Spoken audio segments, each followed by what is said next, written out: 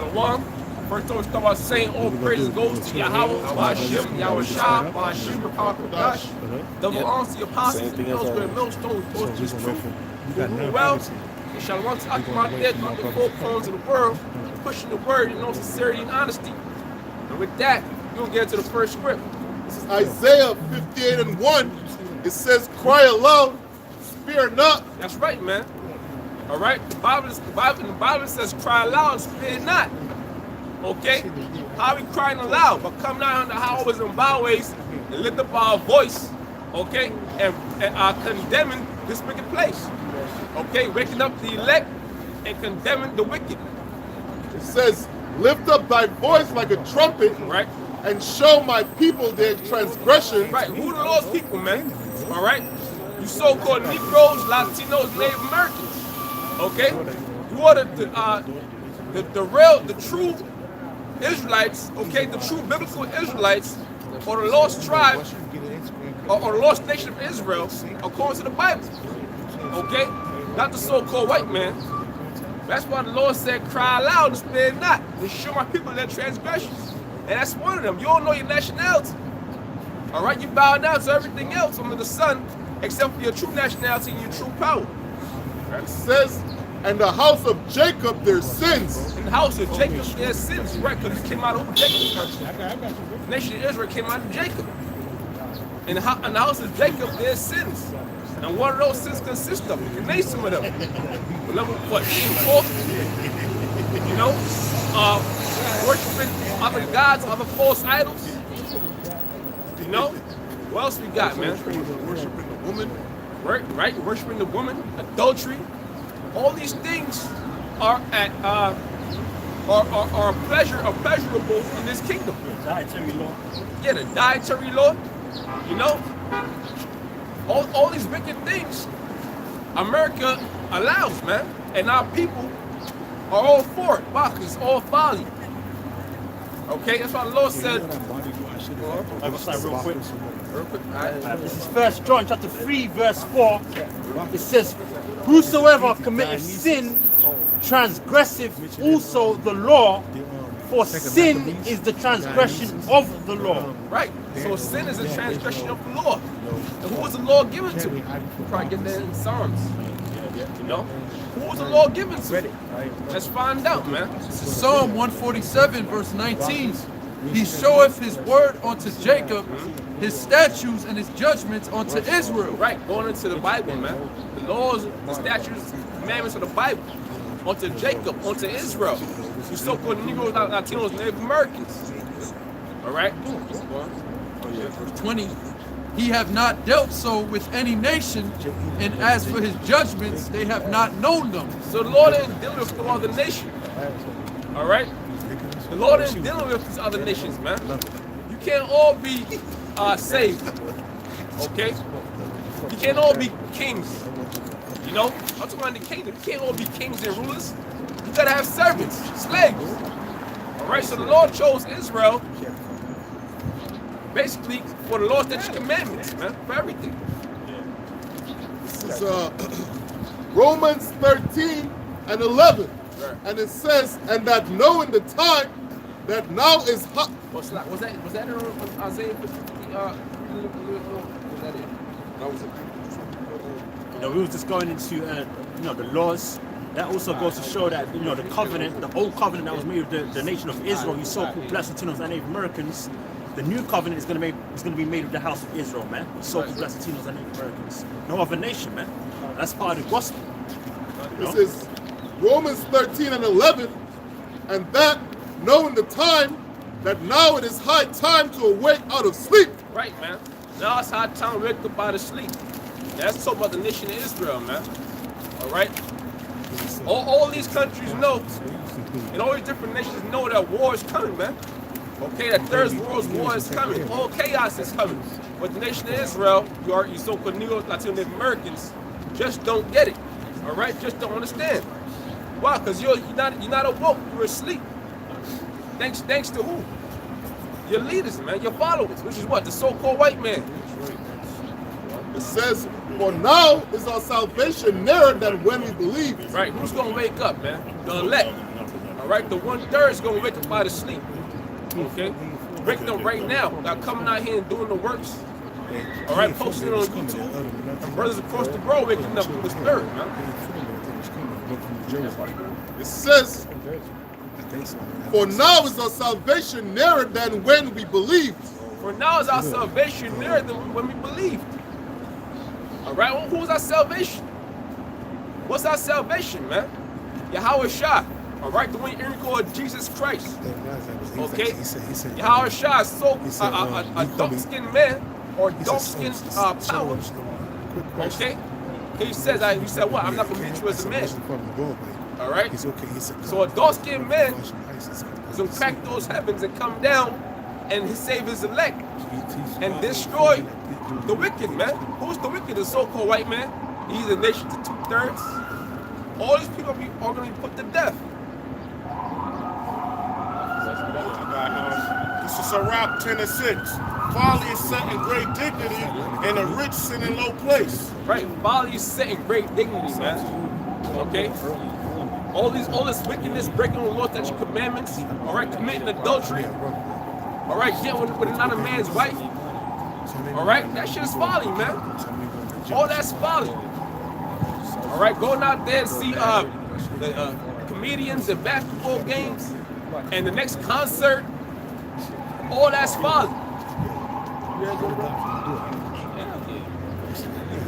Sirach 10:6. Folly is set in great dignity, and the rich sit in low place. Right. Now, if I get to that part, on that folly, set in great dignity. Okay, before you hear about what's going on the news, before you know about, what's going on with Russia and America, or China, or Iraq, all right? You know what's going on with LeBron James. You know what's going on with Kim Kardashian. Yeah, Kim Kardashian, man. Yeah, that all Kelly shit. All eyes on all Kelly. And whatever, bullshit they pull out their ass, man. Alright, reboot. If there was a reboot, Back to the Future, that would be the next thing, Cause all about folly. It's all about wickedness. Right. It's all about bread and circuses, man. Ancient Rome, and now this is an extension of the Roman Empire. That's why you got these stadiums out here to keep people distracted. Finally, it's foolishness. Yeah, that's why it says in Isaiah, the 60th chapter, about how the world is in gross darkness right now, man, because of Esau's vibration out here, man. No one knows who they are according to the scriptures. No one knows about prophecy except for the elect. I say one thing about the Roman circus, that's not even working out like that anymore, man.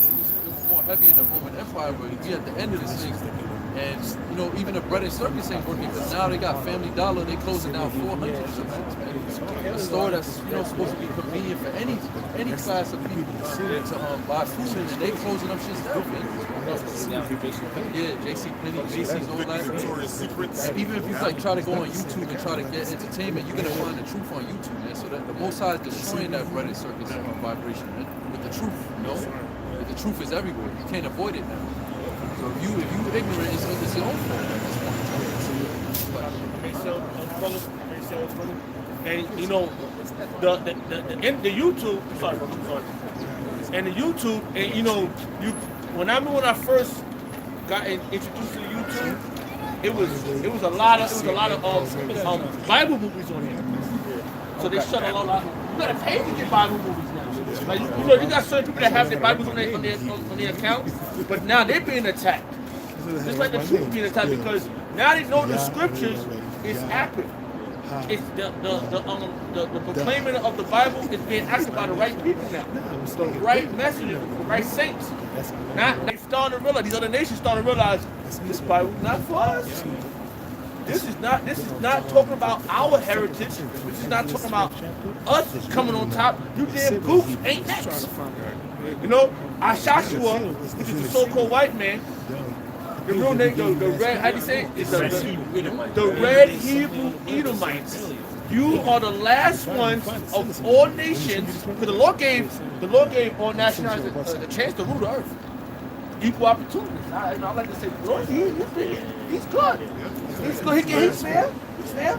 He let you rock. What you say, brother? He let you rock. He let you rock. He let you fuck up the earth. And then he said, you know what? Three times like that. Yeah. 3 times. What it said, the wicked will not learn wickedness, righteousness. Yeah. What's And that? the Said land let favor be showed to Let the the favor wicked. be shown. Get that out, brother. Yo, I'm sorry, brother. Isaiah 26. Yeah, because the Lord showed you favor. He gave you opportunity to this. Yeah, brother. This is Isaiah 26:10. Let favor be showed to the wicked, yet will he not learn righteousness. Your ass ain't. Your ass ain't done nothing good to nobody, not even your damn self. You fucked the earth up, you fucked the water up, you fucked the sky up, you fucked your own people up. You giving everybody.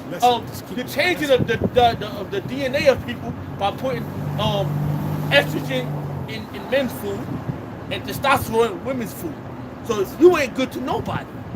They got little boys, little Edomite boys wearing dresses. Talking about I'm a drag queen.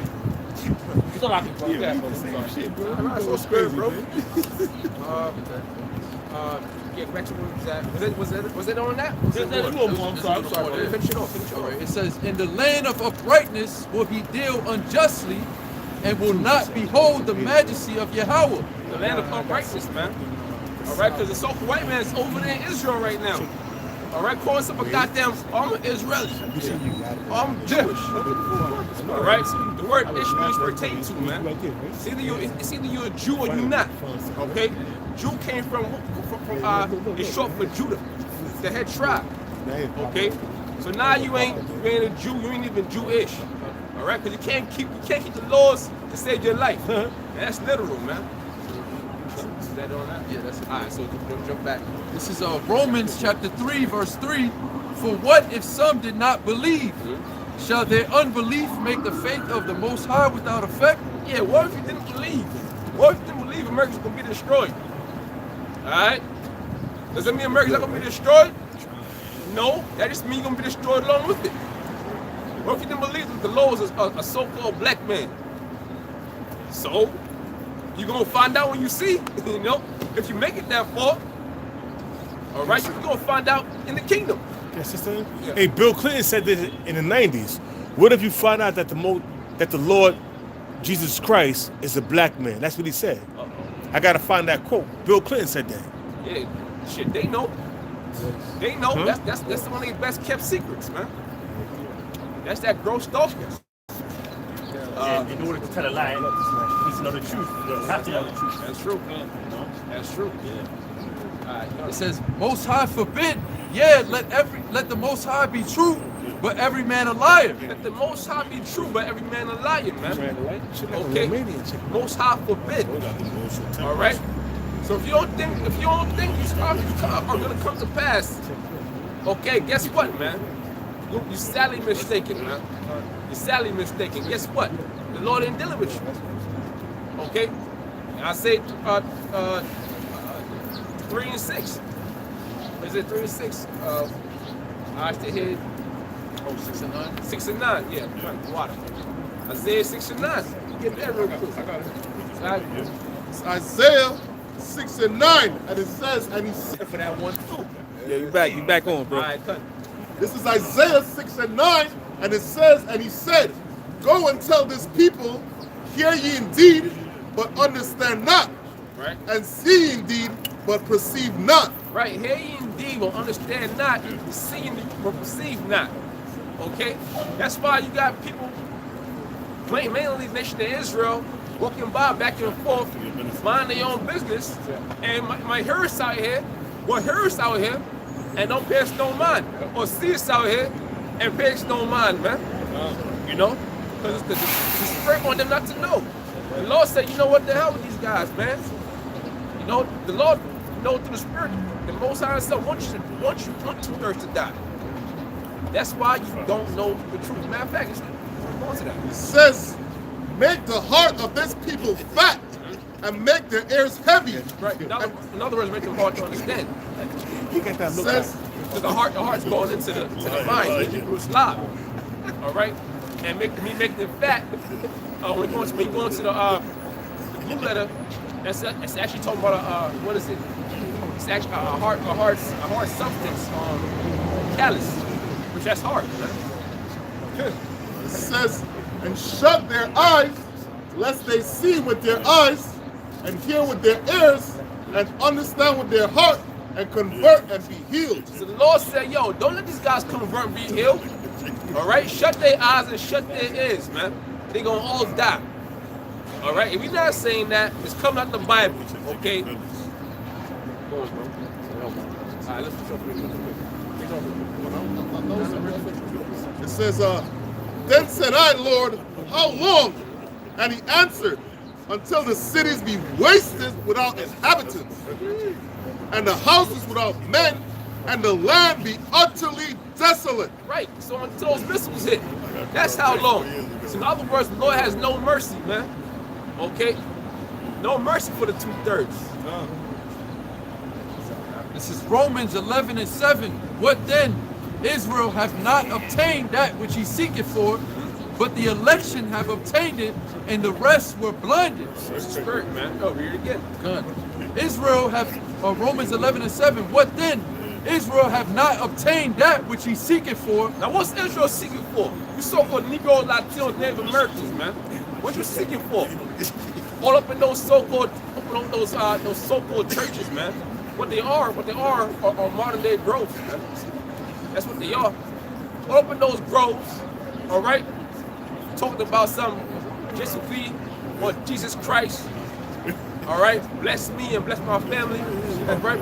Bound down, eat that goddamn demonic bread and grape juice. Eat the real wine, man. Hey, I'm sorry, real quick. There's a church. I think it was somewhere in fucking Africa. I guess this asshole pastor, he dug the ditch and he set the ditch on fire and had the fucking congregation walking through there, and they basically training them to get, what was it? He was training them for the day of hellfire, basically, so they could overcome the day of hellfire. You see, that's the shit they teaching in these churches, bro. Yeah, motherfuckers walking through a pit of fire, bro. Literally, man. Hey, man. Our people want understanding and not finding it, and they looking for so-called financial freedom, which that's not going to happen on this side. Only the sellouts going to get that so-called financial. That financial reason, that also is a stumbling block. That alone is a stumbling block. This is 2 Corinthians chapter 4, verse 3. But if our gospel be hid, it is hid to them that are lost. All right, Slock. You got it again? And then we go to that. Romans 11:7. What then? Israel have not obtained that which he seeketh for, but the election have obtained it. So Slock. So Israel, man. Israel in the spirit, you know, you so-called niggas in space. All right? Wetbacks, you know, whatever, man. Even the ones spread abroad. In the spirit, everybody know there's really a savior, man. In the spirit, you know there's a savior, man. You know there's a higher power. Okay? You know you still wake yourself up every morning. You didn't birth yourself. What's that, man? What was it the book of Ezra? Where they had the mother with the 7 sons? Oh, that's Maccabees. The 7th chapter. Get that real quick. Second chapter. Yeah, I know now how you came in. Yeah. The 7th chapter, and we'll make it towards the end. You know? All right? That's right there. 7th. Oh, Lord, speak a little bit. Speak. Yeah, man. All right, this is 2 Corinthians chapter 4, verse 3. But if our gospel be hid, it is hid to them that are lost. That's right, man. So our people, man, the majority of our people, man, 2/3 of our people, man, are lost, man. All right? But guess what? This gospel, it's not really, indeed, right now, it's not really hid like that. You know what I'm saying? We out here, we on the highways and byways, we on the internet every week. Okay?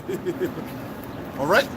But it's really the Lord, he blinds your eyes, man. You know what I'm saying? The apostle Gabar, he did a video earlier this week. He said about the elect.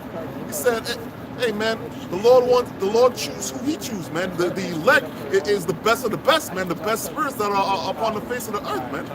All right? So that's really the Lord's choice, man, if you hear this truth or not, man. All right? All right? An example of them being lost. An example of them being lost is, them calling themselves African Americans, so-called West Indians, Jamaicans, Trinidadians, Haitians, Dominicans. These are all vile words, man. Black is a color, man. Our people calling themselves Puerto Ricans. Puerto Rico is Puerto riches. That's not who you are as a people, man. You actually have a nationality according to the Bible. So if you don't know your nationality, then you're lost in the sight of Yahweh Shai, man. Which your correct nationality is that you're of the tribe of the nation of Israel, from one of the prospective 12 tribes, man. If you don't know that, you're lost. If you don't know the true name of the Lord, the Heavenly Father, Yahweh, then you're lost. If you don't know the true name of His Son, then which is Yahweh Shai, then you're lost, man. I may say, brother, and the scripture said it is hid. That means the Lord, he took it, he put it somewhere so you can't see it. Right. He's like, oh, I don't want you to get. Because you read the scripture earlier about Isaiah 69. What was it? How you say how this people fat? Yeah. So it's not for you to get. So he hid it from you, secrets, and revealed it only to the prophets. What's that scripture at? I'm sorry. What's that? Isaiah 69. When he say he shows secrets to the yeah, read that one. I'm sorry. Amos chapter 3, I'm sorry. verse 7. It says, surely Yahweh Shem Yahushua will do nothing, but he revealeth his secret unto his servants, the prophets. And then he from the apostles on down, he has taught his elders, and then the elders, and from the apostles and elders, they taught other men. And now, right now, we global. The right doctrine. Not your goddamn, not Nate's doctrine, not HOI doctrine. Not because it's hit. He hit it. And that's you gotta think about it. It's like the Lord's playing how you say what's that game? Hot piece of butter. Is that the one that you hide something? You gotta hide. I don't know. I think that was one of them games. I don't know. He's playing around with the 2/3 too. And then he made the rest of the nations fools because of their vainglory. What you say vain mean empty. Yeah. Your empty glory, the empty thing you have in your mind, the Lord did it to you so he can show his glory and say, you ain't got it, I gave it to a certain remnant of people. Ain't what you just read? The secrets. Those secrets is been revealed to the apostles. And they breaking it down. They better than their apostles. Their elders, I mean. It's flowing waters, man. It's living waters, man. So, it only gets better and better. It grows. Like the mustard tree. Right, just like we know more than the apostles back then from the ancient times. Man, you know what I'm saying? Because back in the days of Romans, they didn't know who the Edomites were. They knew the Edomites were the wicked, but they couldn't pinpoint them out. They didn't say it was the Romans. You know what I'm saying? So, touching to the destruction of Babylon, America, we could break that down now. They didn't really know. They didn't really say it was America back then. You know what I'm saying? But we know now through the Spirit, man. Showing you this truth, it evolves, man. It grows. This is Matthew 13, verse 17. It said, 16. It says, but blessed are your eyes, for they see, and your ears, for they hear. There you go, man. For verily I say unto you, that many prophets and righteous men have desired to see the things which ye see, and have not seen them. Yeah, man. Like the destruction of America, man. We're gonna see it, man. Even though that was us back then, but in this time, the Most High increased the knowledge on us, man. It says, and to hear those things which ye hear, and have not heard them. Right, man. That is beautiful, man. That's right. To hear those things which you hear, have not heard them. Guess what? That word, that knowledge, that wisdom, knowledge, understanding is coming out, man. This is Daniel 12 and 4. But thou, Daniel, shut up the words and seal the book, even to the time of the end. Many shall run to and fro, and knowledge shall be increased. Yeah, that's the time we're in now. The books is open, and Yahweh shall open up the books. That's right. The information is coming out now, the breakdowns. All right?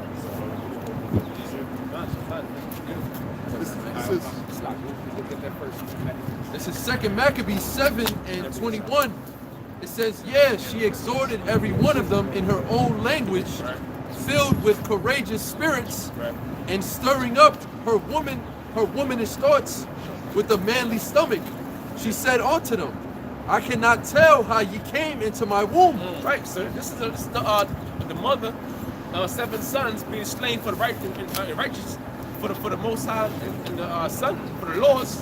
Okay, and the mother is encouraging them, man. Why? Because that families keep the laws unto death. All right, and that's encouraging for all of us. But you know, let's get to the point. It says, I cannot tell how ye came into my womb, for I neither gave you breath nor life. That's right. Okay, so there it is, man. Now this came out earlier because we was talking about, you know, Azila according to God. All right, Jake is looking for how they were born and how they lived and how you wake up. But you know it ain't you, but you know it's a higher power. Well, here it is right here. Should we read that part again? It says, I cannot tell how ye came into my womb, Right. for I neither gave you breath nor life. So this lady right here is humble, man. Okay, she's taking no credit for 9 months of labor pains, man. No credit at all, man. All right. Hey, that cuts a woman worship. You know, There the you go. Queen of Heaven, that cuts that. Man. That's all that. Worshiping woman, you know, saying they the mother nature and all that. Yeah. That cuts all of that shit. So the Most High is a man. It says, neither was it I that formed thee, that formed the members of every one of you, Right. but doubtless the Creator of the world, who formed the generation of men and found out the beginning of all things. And who is that, man? All right, Yahweh. Okay, Ba'ashim Yahweh Shah. All right, that's how it was formed. Okay, that's who made you. First of all, the Most High ordained it. Okay, then he told Yahweh Shah to get it done. Yahweh Shah did it. You know, but the angels. It says, will also of his own mercy give you breath and life again, as ye now regard not your own selves for his laws. It says, but doubtless the Creator of the world, who formed the generation of man and found out the beginning of all things, will also of his own mercy give you breath and life again. Give you breath and life again. How? Wait. Oh, shoot, man. Give you breath and life again, man. That's reincarnation. All right? You can break that down to a 2/3 over. You can read that script over and over and over and over, and they still gonna argue with you, man. Nah, show me reincarnation. That don't say reincarnation. You know? Come on, man. I mean, yeah, that's one of those multifold, manifold scriptures as well, because the breath entered back into Israel, the breath of life, the understanding of the scriptures, man. That's right. Because we once, you know, that breath was taken away from us, not knowing who we were, not having the names, and then the Lord put that breath back into us, man. That's right. Ezekiel 37 chapter. That's right. That's right, man. And that breath, what is that? Wisdom, knowledge, understanding, man. Okay? It says, as ye now regard not your own selves for his law's sake. Right, regard not your own self for his Lord's sake. Okay? And that's what we're doing today, man. And through the Spirit, man, Lord will keep it up. All right? Because things only get worse from here on out. So you can read that, bro. It says, Jeremiah 1:5, it says, before I formed thee in the belly, I knew thee. And before thou camest forth out of the womb, I sanctified thee. And I ordained thee a prophet unto the nations. So the Lord has his elect, man. The Lord already elected you before you was born. The Lord elected you in the spirit world. You know? So that's deep, man. They say anything, I found God one day. I was walking down the street, you know, and I saw a cross. It ain't that, man. It's not how it's working. The Lord has to ordain you. All right? The Lord has to select you. Man. The Lord shows us upon if he's selected you, man. You can't talk about you found the most. I got you. You know? This is John 15:16. It says, ye have not chosen me, but I have chosen you and ordained you. Hey, man, that's beautiful. That's beautiful. That allows it perfectly, man. So you didn't choose. Listen, none of us chose to be out here. Okay, we all came from walks of life. All right, someone want to be entertainers, someone want to go to college, sports, you know, you name it, man. But guess what? The Lord chose us. You know, Lord will, okay? The Lord chose us to do this work. It says, Or I'll say He chose His elect to do this work. You know? it says, ye have not chosen me, but I have chosen you and ordained you that ye should go forth and bring forth fruit, and that your fruit should remain, and that whatsoever ye shall ask of the Father in my name, He may give it to you. That's right, man. I got something. Yeah, man. So, yeah, man. So that's what we out here, man. All right. Romans 11 and 12. We out here doing the work of the Most High and bringing forth fruit, man. All right. Yeah. John 15 and 16. All right, bro. Shalom.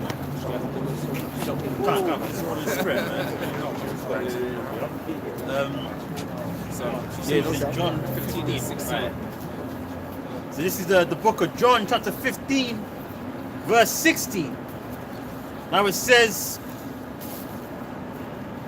ye have not chosen me, but I have chosen you and ordained you that ye should go and bring forth fruit. Right, ordained, man. I mean, this is gonna be the order.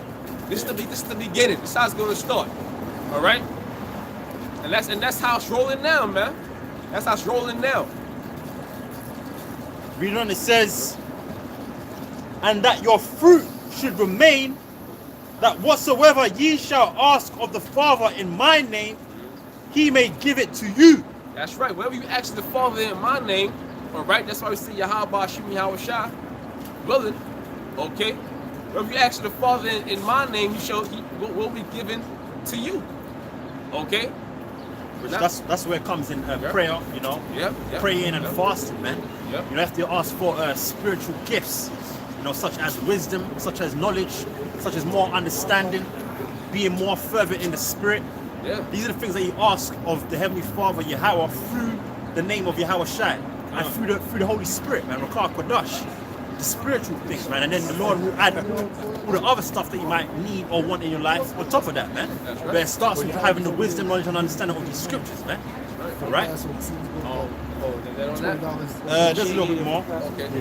It says these. Okay, come on. This is John 15, verse 17 says, these things I command you, that ye love one another. If the world hate you, ye know that it hated me before it hated you. I was supposed to say on the part of the first beginning, it said, love one another. All right? So what's supposed to come first is the Most High and the Son and the brotherhood, man.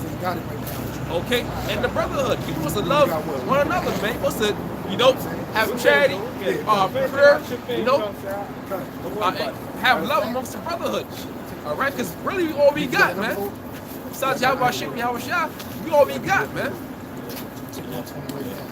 You have to look out for you have to be your brother's keeper, man. That's right. Be the opposite to Cain. You know, be looking out for a brother. You might help a brother out financially, or you might help a brother out just with you know, with scriptures. Or you might just help a brother out in terms of company, man. You know, brother might just need, you know, might need a brother, man, in the spirit. Hey, if you actually go 1 mile, go 2. I don't know exactly. I'm not sure. I can look it up real quick. I can look it up. Yeah, man, it's important. You know, the Lord, you know, had you know, certain men in camps for reasons, man. There's a reason why we have a camp here. You know, we have to utilize each other in the spirit, man, in righteousness as well as that. You don't utilize a brother in wickedness. You don't take advantage of a brother, man. No, that's badly wicked, man. And the Lord ain't dealing with that spirit. If that spirit is on you, if you don't repent, the Lord will just speak you out of His truth, man. You know? I'm gonna be there the next week. I might come in. Alright. So this is back in John 15, verse 19. It says, if ye were of the world would love his own.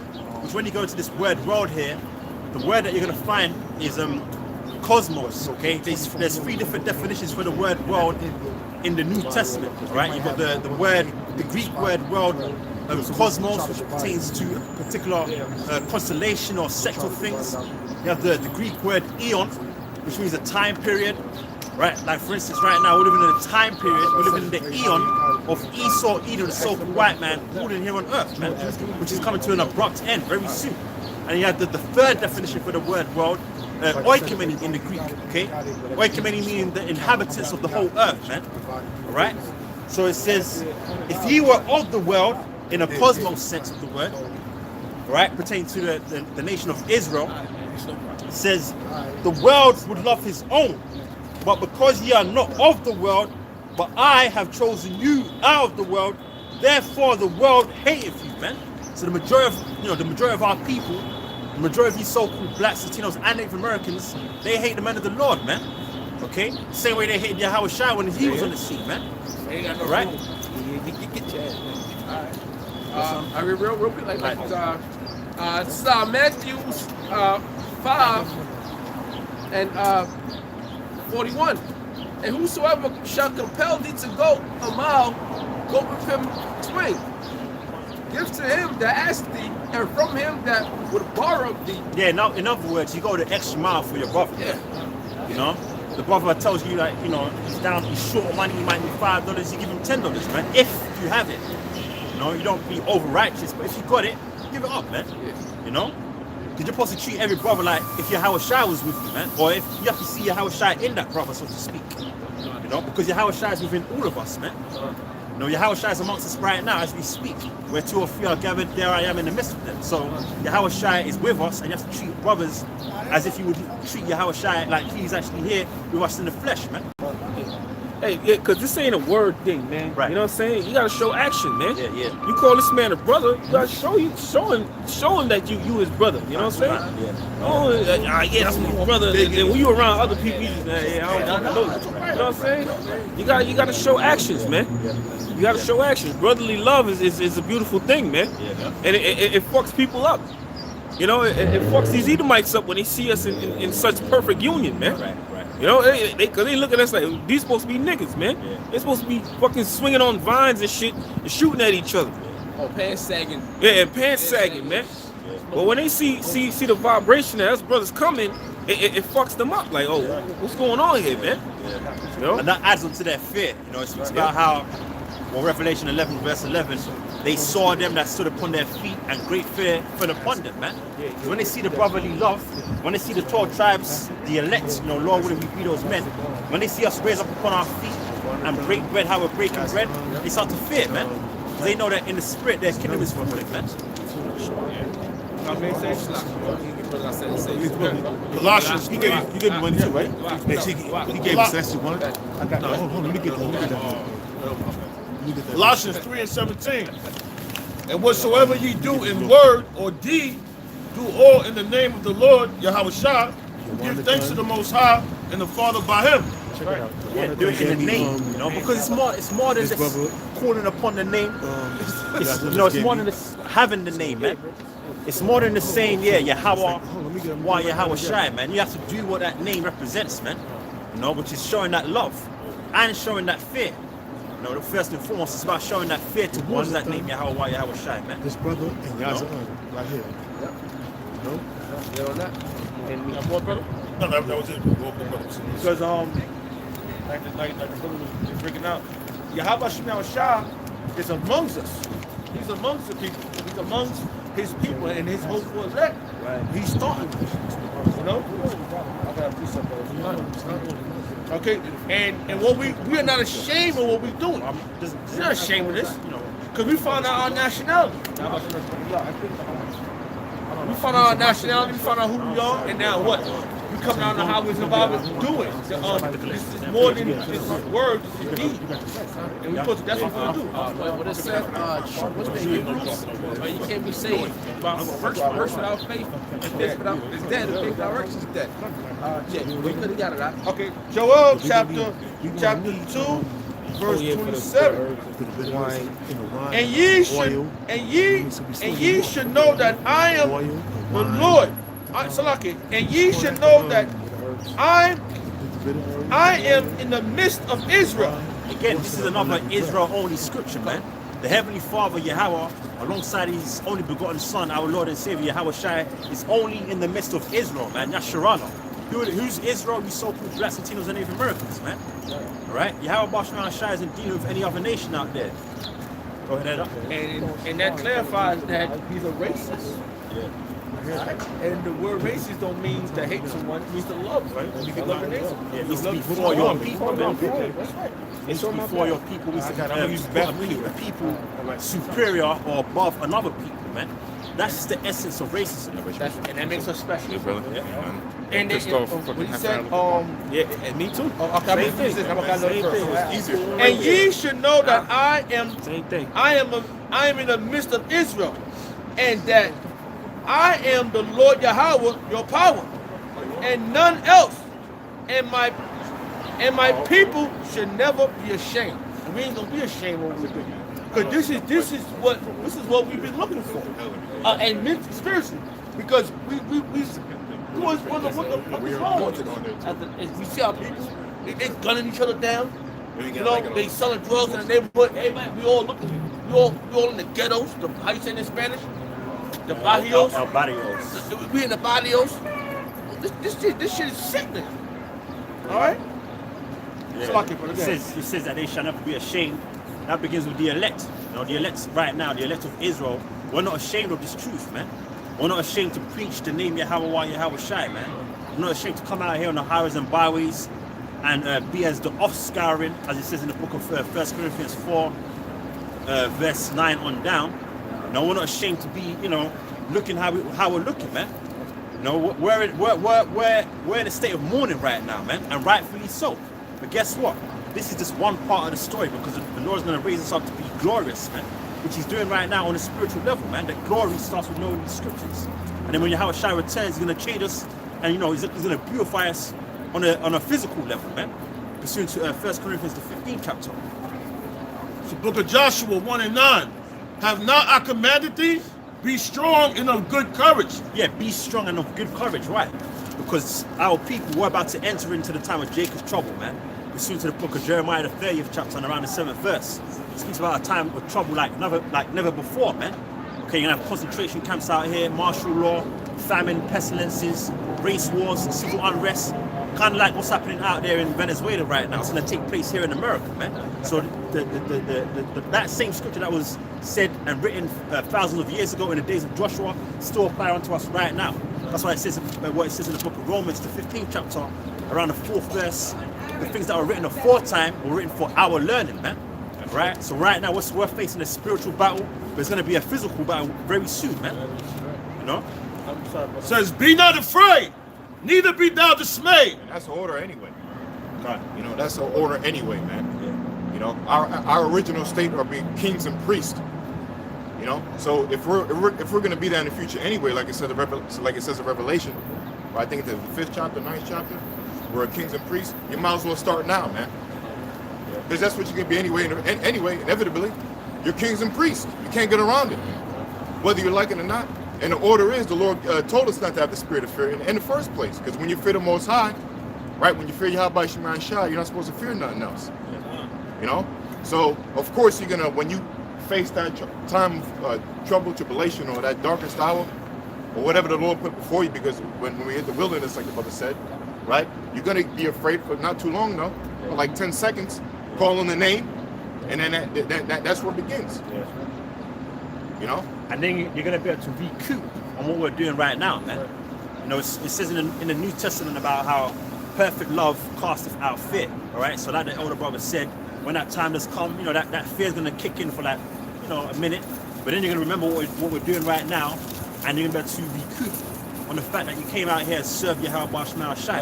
And the Lord said that what we're doing is not in vain, man.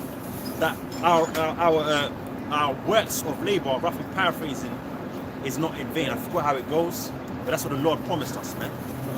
He's not unrighteous to forget our labor and works of love, which is what we're doing right now. Hey, scriptures also tell you wisdom and knowledge shall be the stability of thy times, man. So we're going to reflect back to the scriptures. Oh, this is why this is happening. This is why the scriptures tell us everything is going to happen, man. Yes, sir, brother. Last part. It says, for the Lord thy power is with thee whithersoever thou goest. And the Lord is with us right now, man. See, what we're doing is spiritual. Each and every brother out here, we weren't able to come out here boldly when we was little kids and preach this word. This is actually a spiritual thing that you're seeing right now. Yahweh Bashmal Shai is with us right now as we speak. Again, Matthew 18 verse 20, where 2 or 3 are gathered, there I am in the midst of them, man. So the Lord is with us, man. I got The Lord is with us as we speak. The precept. Come You said boldness, right? on. 1 John chapter 4 verse 17. It says, herein is our love made perfect, okay, that we may have boldness in the day of judgment. Now, it says, herein is our love made perfect. See? What's the love? First of all, the commandments say, the Holy Bible says, what is love? Love is the fulfillment of the commandments. So when you do the commandments, aren't you made to be perfect? Because the law is what's going to make us perfect in the kingdom. It's the laws, man. The laws are going to be instilled in us. That's what's going to make us perfect, because these motherfucking laws in Esau society, they don't have anything to do with your morality, man, or your your knowledge, your brain development, learning, wisdom, understanding. These laws are based on penalties, man. Going to jail, paying payments. They're based on debt. But what this said, and I'm going to start off again, it says, here is our love made perfect. Right? That what? First starts with following the commandments. Like what? Yeah, actually goes into it. Actually, if I may, one of the commandments that Yahweh Shai left with us was to do what we're doing right now. Go out there and teach all nations and baptize them in the name of the Father and in the name of the Son, Yahweh Shai, and in the name of the Holy Spirit. Rakah Kodash, man. So it's a commandment to come out here and teach this word, man, which is what we're doing right now. And we're being made perfect by doing so, man. Because we're in the flesh, we can't keep all the laws, such as commandments, but what we can do is rehearse the righteous acts, man. Judges 5 and 11, which is what we're doing right now. Got the proof that he said in commandments. Let me. What you got? All right, this is Matthew. This is Matthew chapter 10, verse 5. These 12 Yahweh Shai sent forth and commanded them, saying, go not into the ways of the Gentiles. Yeah, that's another Israel-only scripture. Okay, go not into the way of the Gentiles, because at this time you had Samaritans living in that region, man. Okay, they were acting like they were Israelites. Okay, but they were actually Cushites, which today they call themselves Falasha Jews, man. So if Yahweh Shai was here today, he would say, go not into the way of those so-called Ethiopian Falasha Jews, but go ahead up. All right, Salakia. Go not into the ways of the Gentiles. Yeah, the other nations. Yeah, into any city of the Samaritans. Go ahead. Enter ye not, but go rather to the lost sheep of the house of Israel. Yeah, but go rather to the lost sheep of the house of Israel. Go to those people that are calling themselves blacks, African Americans, Jamaicans, Haitians, Puerto Ricans, Dominicans, man. Mexicans, Seminole, Indians, so on and so forth. But don't go to the Gentiles, man. Go to the lost sheep of the house of Israel, man. So the Lord is only dealing with one nation.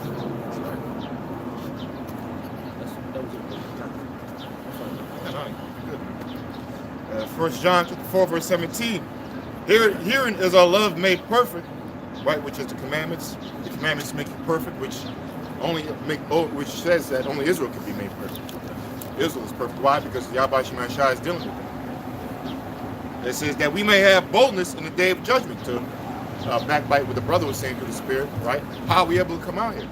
Through the Spirit of the Lord. That's how we're able to come out here. Esau didn't put us out here. He don't want us in the streets. He's trying to take us off the streets. It wasn't your mama who gave you this truth. The great black woman. But Eve descended ass was telling you to go to college, because these black women, all these Israelite women are about going to the so-called white man's college, man. Which is that demonic philosophy, man.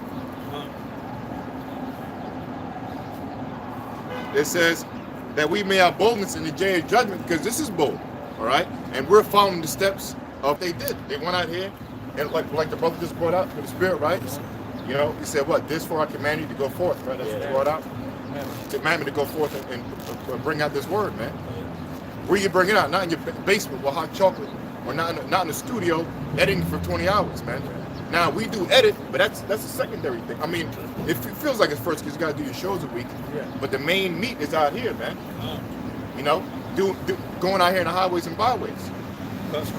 Because when the shit hit the fan, the internet's not gonna be, you know, that's gonna be out of there pretty soon. The days of making videos and all that kind of stuff is gonna come to naught very soon. They're probably gonna erase all the videos anyway. Not anyway, keep doing it, but they're gonna erase all of them because they, you know, we bring out so much truth. They're gonna try to wipe all that stuff out. So what we're gonna be left to do? We're gonna have to have the Bibles in our hand.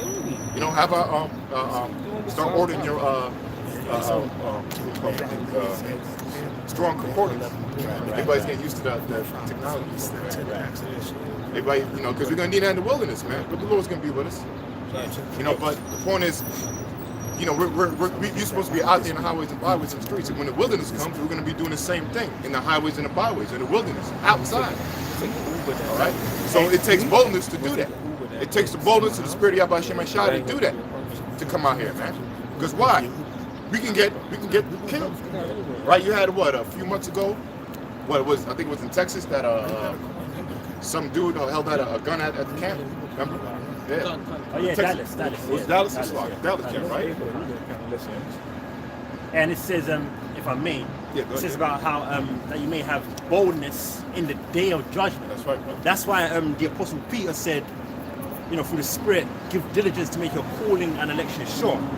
So us doing this, right, what we're doing right now, giving diligence in the day of judgment, in the time of Jacob's trouble, in the time of World War III, in the time of that martial law, the concentration camps, brothers are going to be bold in the spirit that the Lord is going to be with them, man.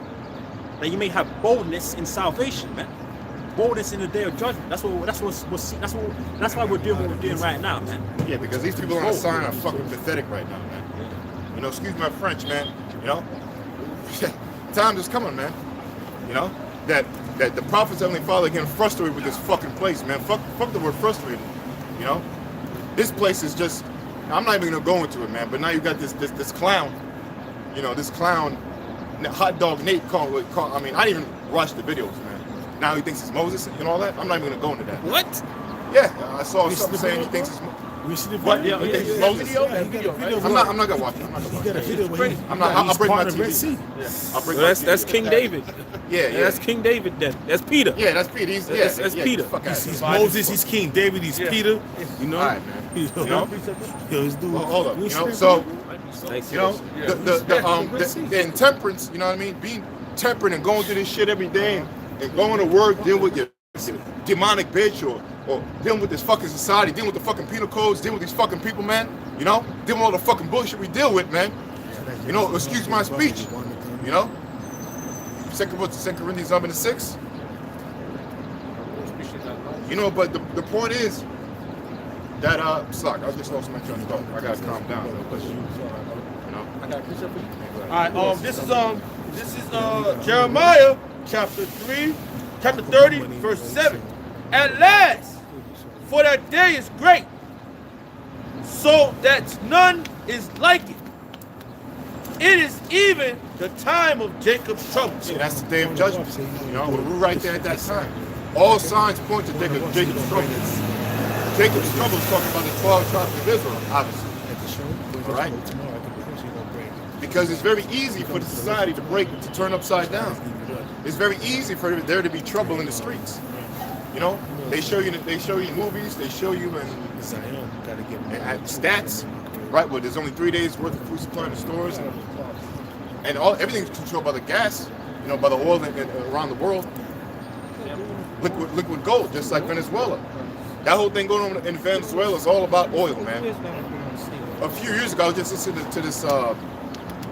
His name is Noam Nowinski. I gotta get his name right. He's some kind of great thinker, philosopher, and he talks about the current event of the world and certain political affairs and shit, you know.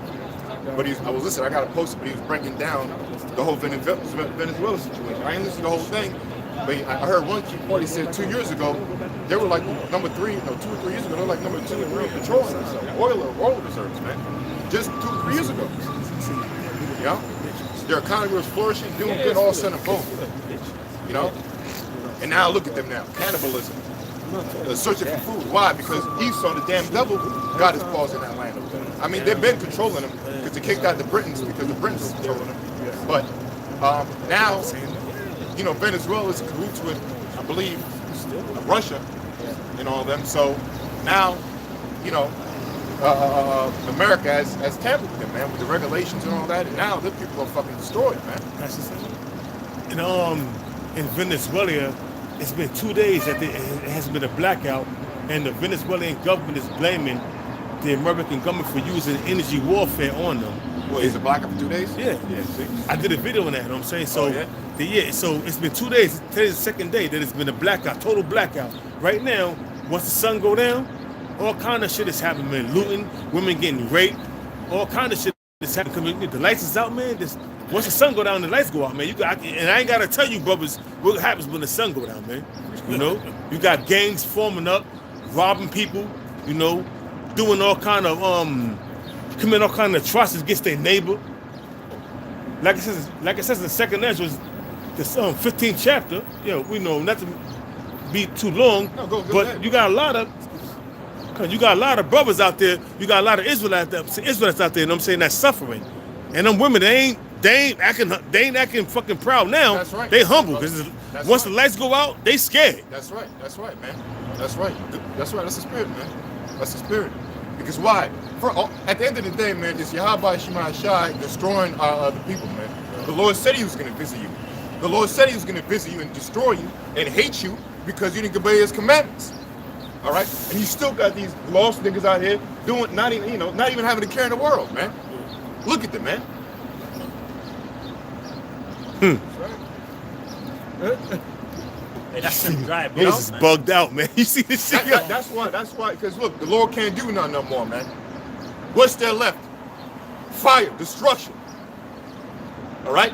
You niggas are fucking pathetic, man. We are the children of Israel.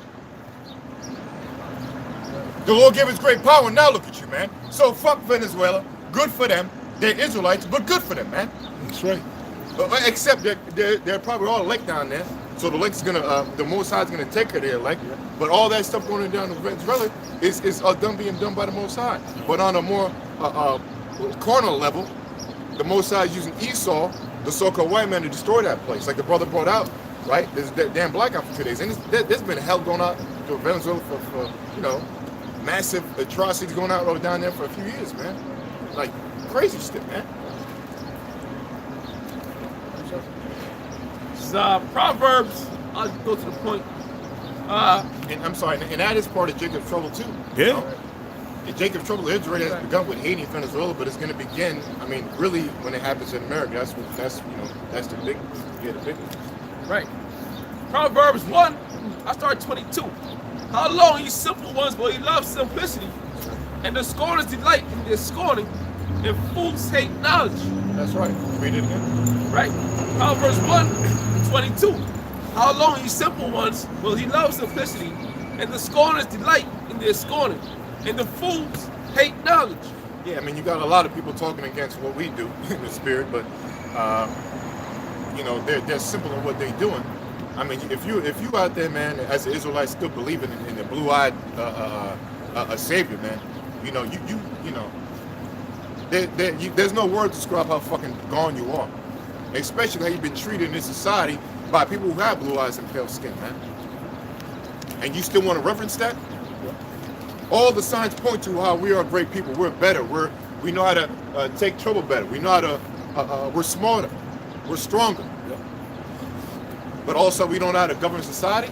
You have no heart. You have no knowledge, no wit. You people are stupid, and you still can't see the so-called white man as a devil, man. You still can't see that. You still don't know nothing about iconoclasm, your history. That our history was whitewashed. So that people are fucking stupid. And then you want to come against us and say, man, these people don't know what we're talking about. We don't use the King James Bible. We use another kind of Bible. They ask Venezuela, man. Venezuela is saying this man's a devil. At least they get it. They get it. They get a little too late. Just like these fucking niggas gonna get it, man. They get it because they suffering. That's why. Yeah, That's why they say the white man's the devil now. They suffering. Good for you, man. There's nothing behind it. You weren't thinking about the Lord, man. They've been afflicted. So I'm gonna continue. Verse 23. Turn you at my reproof. Behold, I'll pour out my spirit unto you. I will make known my words unto you. Yeah, and the only ones who are doing that are none other than the elect. None other than the ones that want the word of the Lord. And the ones who are doing that are the ones who are following his will. You know, going out there, what is will? To go out there in the highways and byways and preach the word, the trueness and 100% truth. And with the spirit of prophecy. Bringing out prophecies, bringing out things that bringing down the old, your history, bringing down the present, the current state, and then bringing down the future. The old, present, and the new. Well, it says it differently in the scriptures, right? The old and new. Okay? Yeah, old and new. That's what a prophet does. Not talk about being a good wife and being a good husband. You know? You're supposed to be doing that anyway. All right? That's not the major focus of this. And first of all, the Lord put curses between man and the woman anyway, man. You know, the Most High put curses between man and a woman, as far as Israelite, to have enmity. So how the hell IUIC, they're trying to have these date nights and, you know, family matters crap, man? You guys are fucking, you know, like the scriptures say, like the Most High said, sottish and simple children. And it's a damn shame, man, because I was looking for the scripture, I can't find those, Ezekiel 16. It says you should be ashamed in those days when they're making it in the kingdom. 2/3 when they look back. Oh, down to 12. Down to 12. It's 12. Oh, you're right. 4. Yeah, you're right. I would say. Okay, you're right. Okay, someone want to get that? Well, I got it. Okay, but yeah, go ahead. It says, because I have called and you refused. That's right. He's calling down through the prophets, man. Starting with the apostle Gms, really starting back when Abba Bivens hit the scene. And that was spiritual, 1969, the beginning of the downfall of this dirt bag called America, man. You know, and it was what Abba Bivens, okay, a high priest, King Marshall, high priest Raekwab, and elder Ariyah Salak. But he's not in his right mind now, but he's going to come back.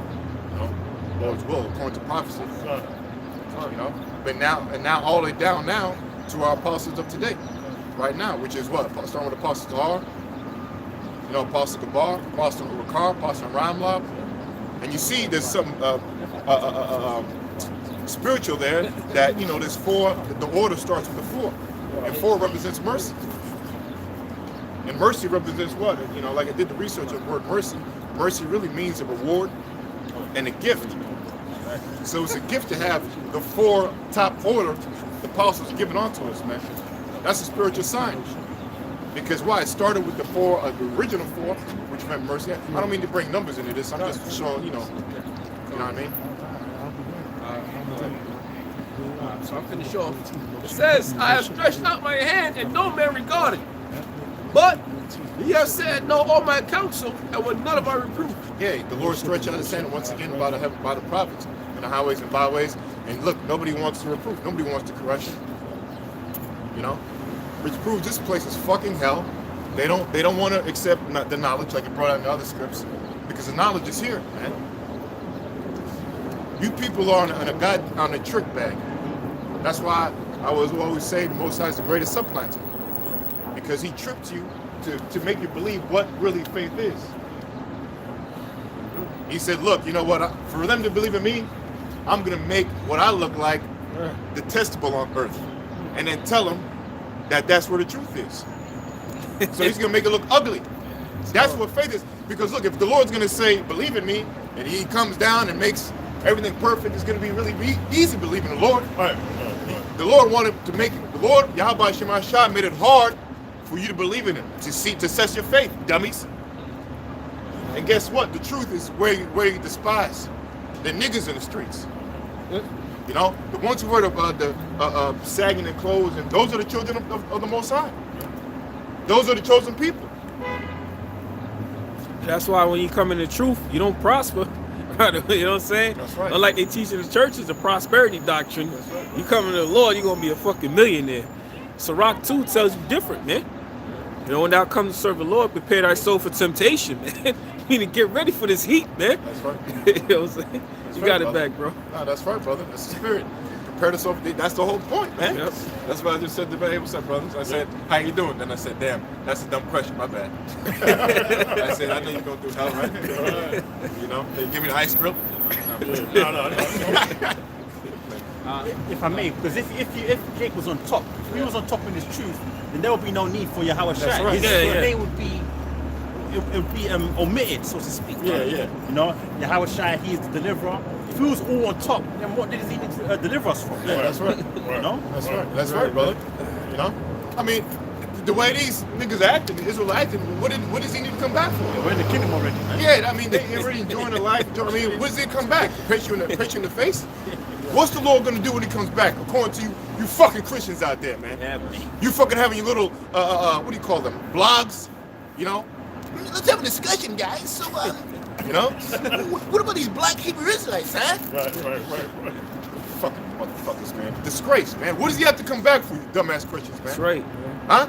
He has to come back to save the save you, because you are destroyed for lack of knowledge. You don't know who the hell you are. You don't know a goddamn thing. You don't even know your own goddamn enemy. Right.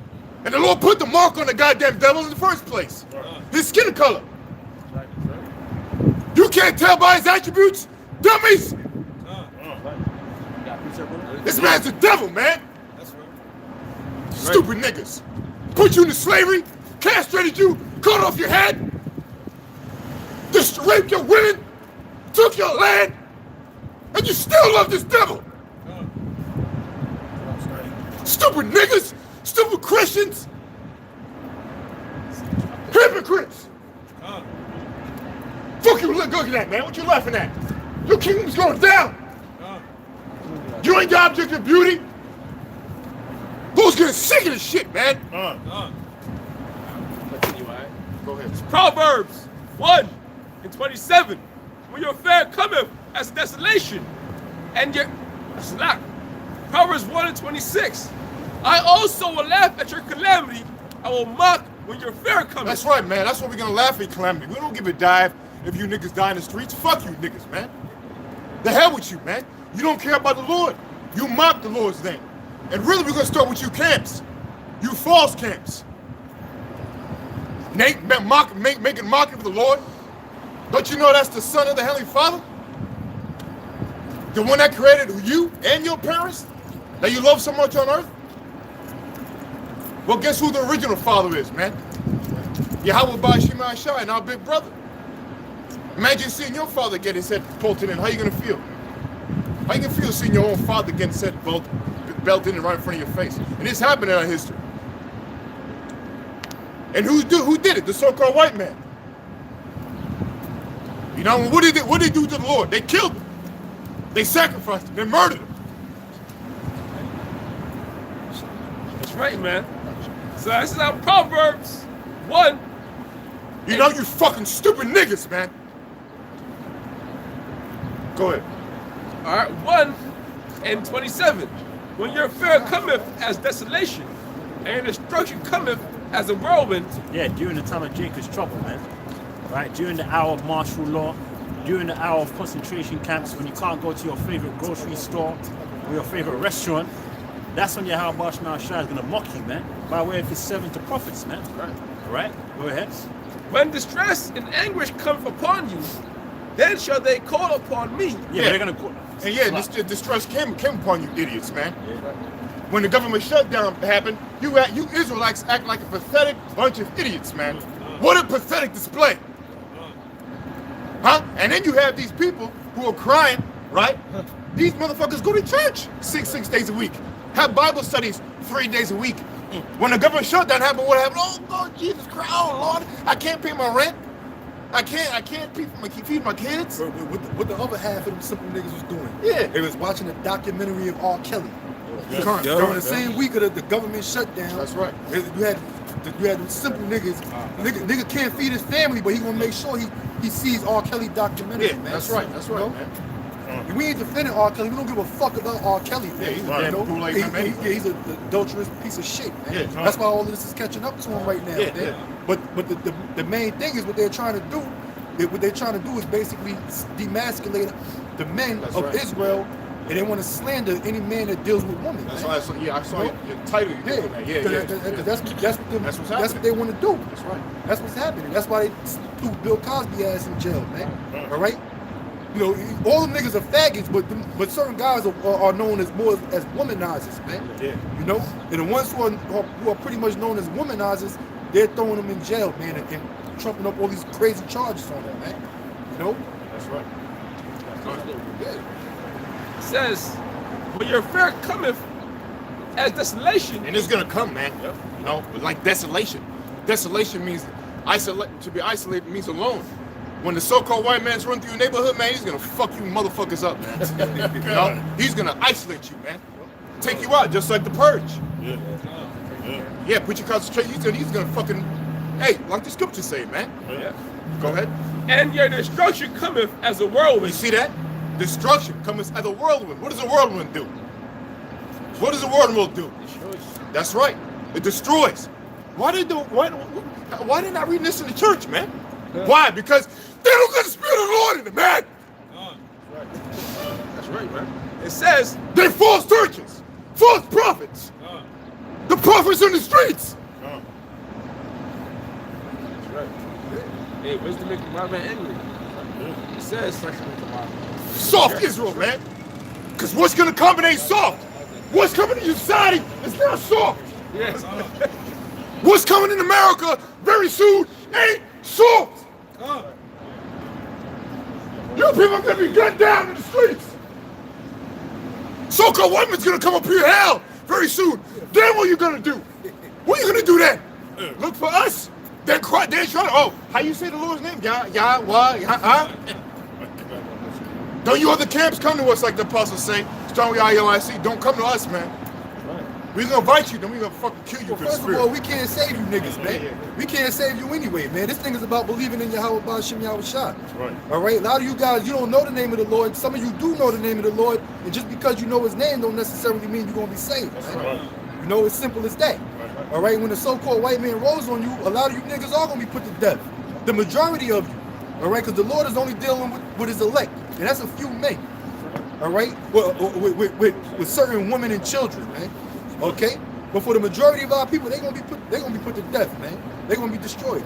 It is well deserved. You hear this? You're doing all this fucking wickedness. You running around being a nigga, committing adultery, being a faggot, selling drugs, gang banging and being murderers, right? And the word of the Lord has been out there for decades, man. Yeah. And y'all been ignoring it, man. Okay? And then so y'all know about us. Because a lot of your top celebrities speak about us, man.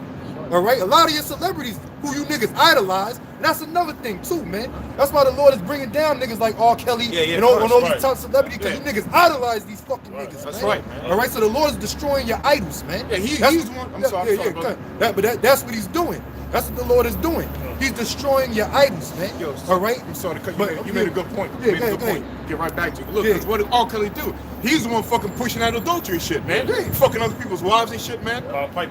You know? Yup. He, like the brother said, that's y'all. He was pushing that shit, Yup. man. Heavy, all the time. Yeah, because the Lord said he's gonna break down your idols and he's gonna destroy them. That's not just talking about that's not just talking about your statues and you know your porcelain gods that you worship and objects of wood and stone, man. All right, so that's also talking about your living idols, man. Them celebrity niggas that you niggas worship, man. That's why the Lord is breaking them motherfuckers down to nothing. Okay, because you niggas worship these guys, man. The Jay-Z's. All right, the 50 Cents, the P. Diddy's, and all of that, the Beyonce's, especially them black bitches, man. All right, they definitely gonna be destroyed, man. All right, Beyonce ain't got a chance in hell, man. All right, yeah, but she her Nicki Minaj, all them R&B singing bitches, they gonna be put to death, man. All right, simple as that. But the point I was trying to make before I go off what I was trying to say before is the simple fact that we've been out here pushing this word for decades, man. Going back to Abba Bivens.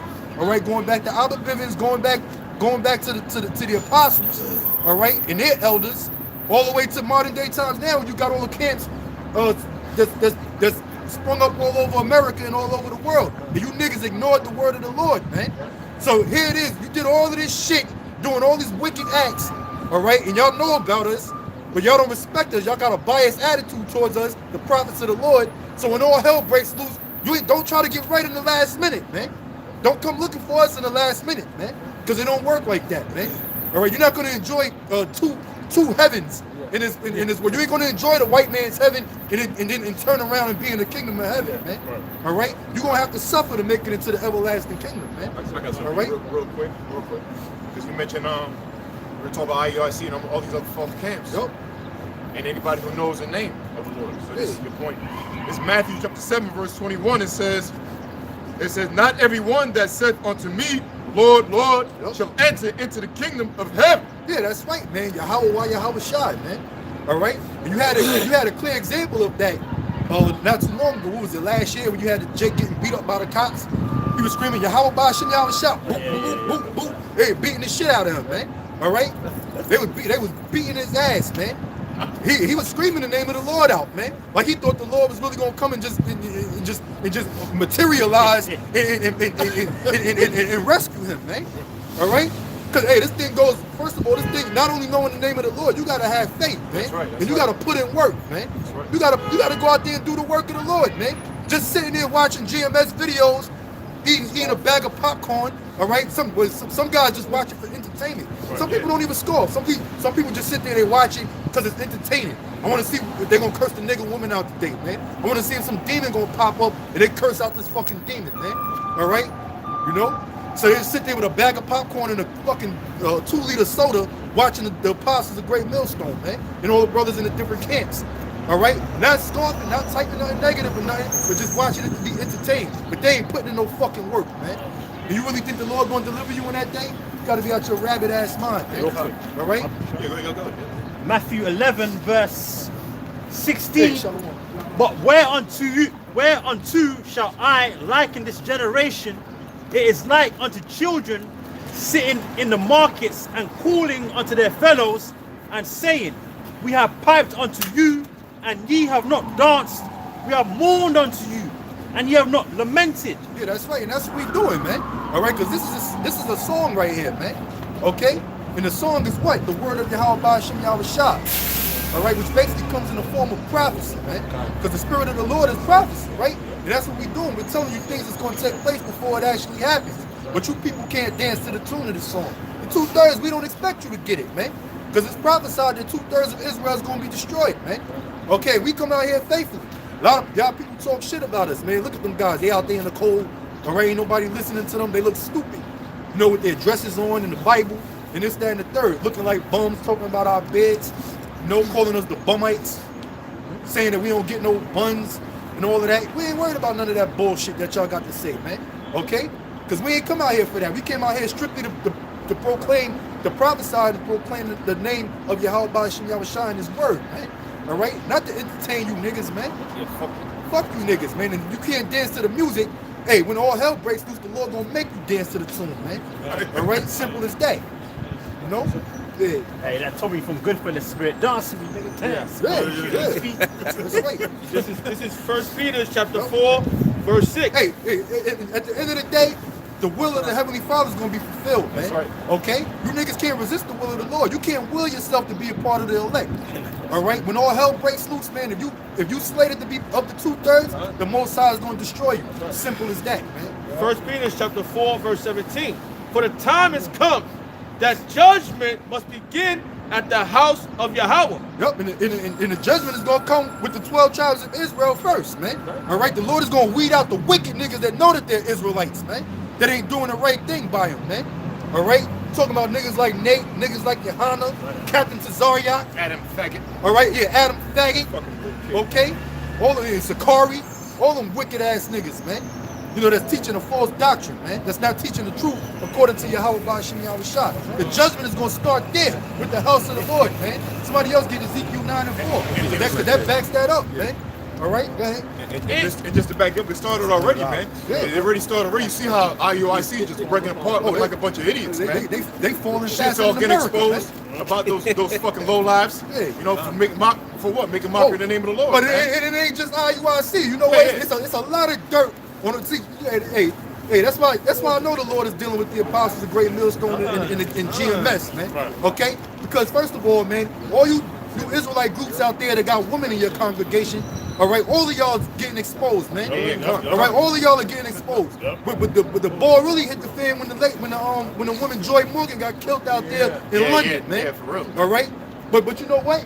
When I started looking that up, come to find out, you got platforms set up with different women that's involved with these other camps, exposing the leaders and members of those camps, man. Yeah, that's why you should have women in your. That's why you ain't supposed to have women in your They get camp. shit on you anyway, First of all, the word congregation, which is basically an assembly, right? From the Hebrew word kohal, it means an assembly, right? Talking about an assembly or a company dealing with men, all right?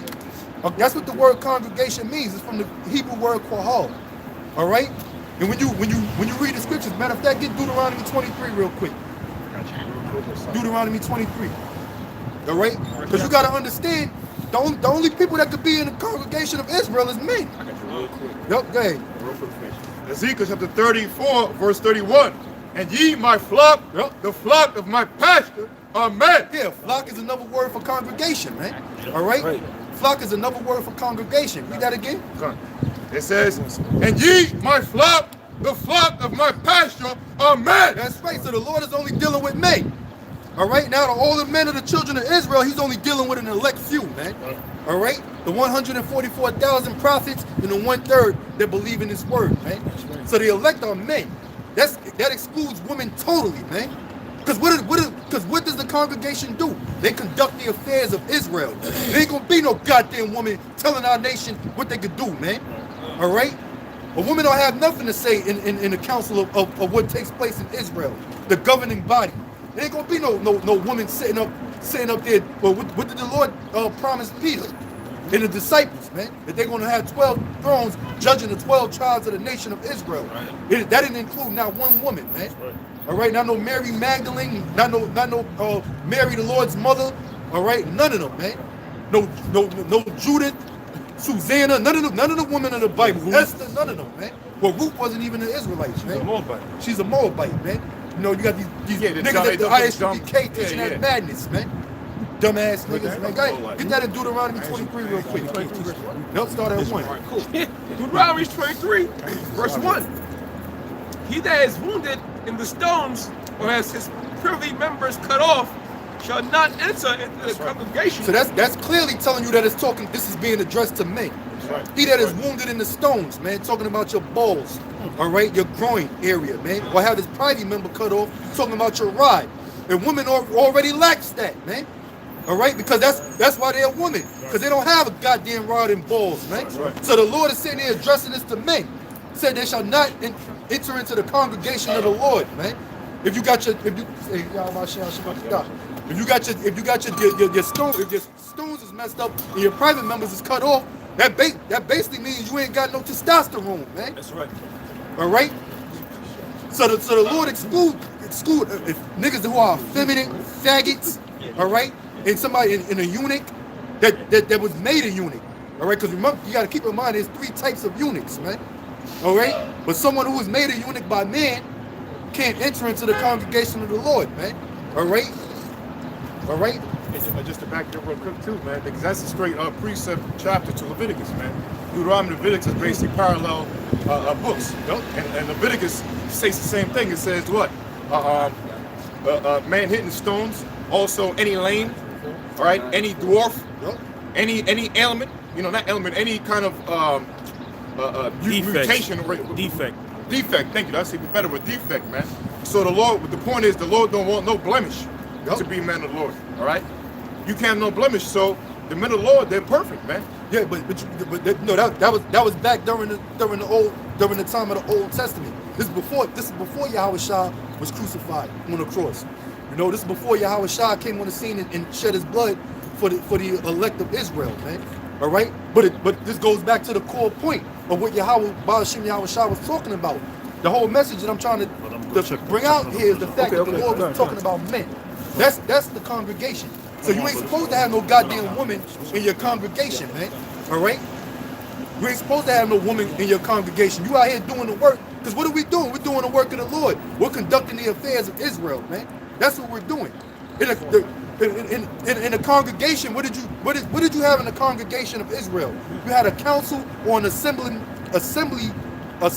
of men, an assembly of men, right? Taking counsel on what? On affairs concerning Israel, whether we should go to war or not, right? What lands to invade, especially when they was establishing the land of Israel when they was taking it over from the Canaanites. That's right. Right? Also, religious ceremonies, basically rituals that we do to serve Yahweh while Yahweh Shai, man. Don't no women conduct those services. Those are only men. That's right. That's only for men. So the congregation deals strictly with men. That excludes women totally, man. All right. So what the hell you dumb niggas in them other camps got your women all up in your congregation for, man? Having classes with your women in your classes, out there on the camp with your wives sitting in beach chairs, cheerleading you on, man. His daughters are Sarah. Yeah, what they basically do that. What they basically do that for is to look good. Is to look good in front of these goddamn women, man. All right. But the Lord is dealing with men. You know that was it on that day. And second of all, they can't testify, man. They can't testify. But going back to the brother's point, you have to have testicles. That's why the Lord said that. Yeah. That's why the Lord said that. You have to have testicles, man. Yep. You know, and to testify, it goes back. I remember I did a little special one. It goes back to this is pretty deep, man. Let's explain real quick. First, even in nature, you find. Well, let me say this. Back in ancient Rome, and even actually in Abraham, in the book of Genesis, Abraham. It was Abraham. It was either Abraham or Isaac. I believe it was Isaac. Either Abraham or Isaac. It was Abraham who had,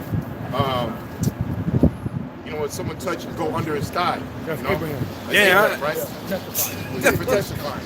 Levites are psychic, man. You know, I was thinking about the same thing about That was bro. Abraham making a covenant with his Isaac? servant, telling him so that's right. Jacob could have he could look for the wife for Jacob. Isaac. Yeah. For Isaac, For Isaac. He put his I hand think it was on his inner thigh. It was Rebecca. Rebecca, that's right. It's like the water. Bro, I was the thinking about water, the same body, thing, bro. right? The water. So yeah, it was Abraham who made his servant. I think his servant was named Laban. I forget. He made one. He said, "Look, swear unto me that you're gonna go find the wife for my son Isaac, okay? And her name's gonna be Rebecca. Go in this country, go in this land, and swear unto me that you're gonna do this." What did he have to do? He had to go under his thigh. He had to go touch his thigh, which is his rod, and swear unto him. My point is that he had to. What was the point? That to testify, that he had to actually go and touch his testicles. All right, not literally there, but it was a custom. He put his hand between his thighs. Yeah, between his thigh. That was the point to show that. Now there's another point in Rome.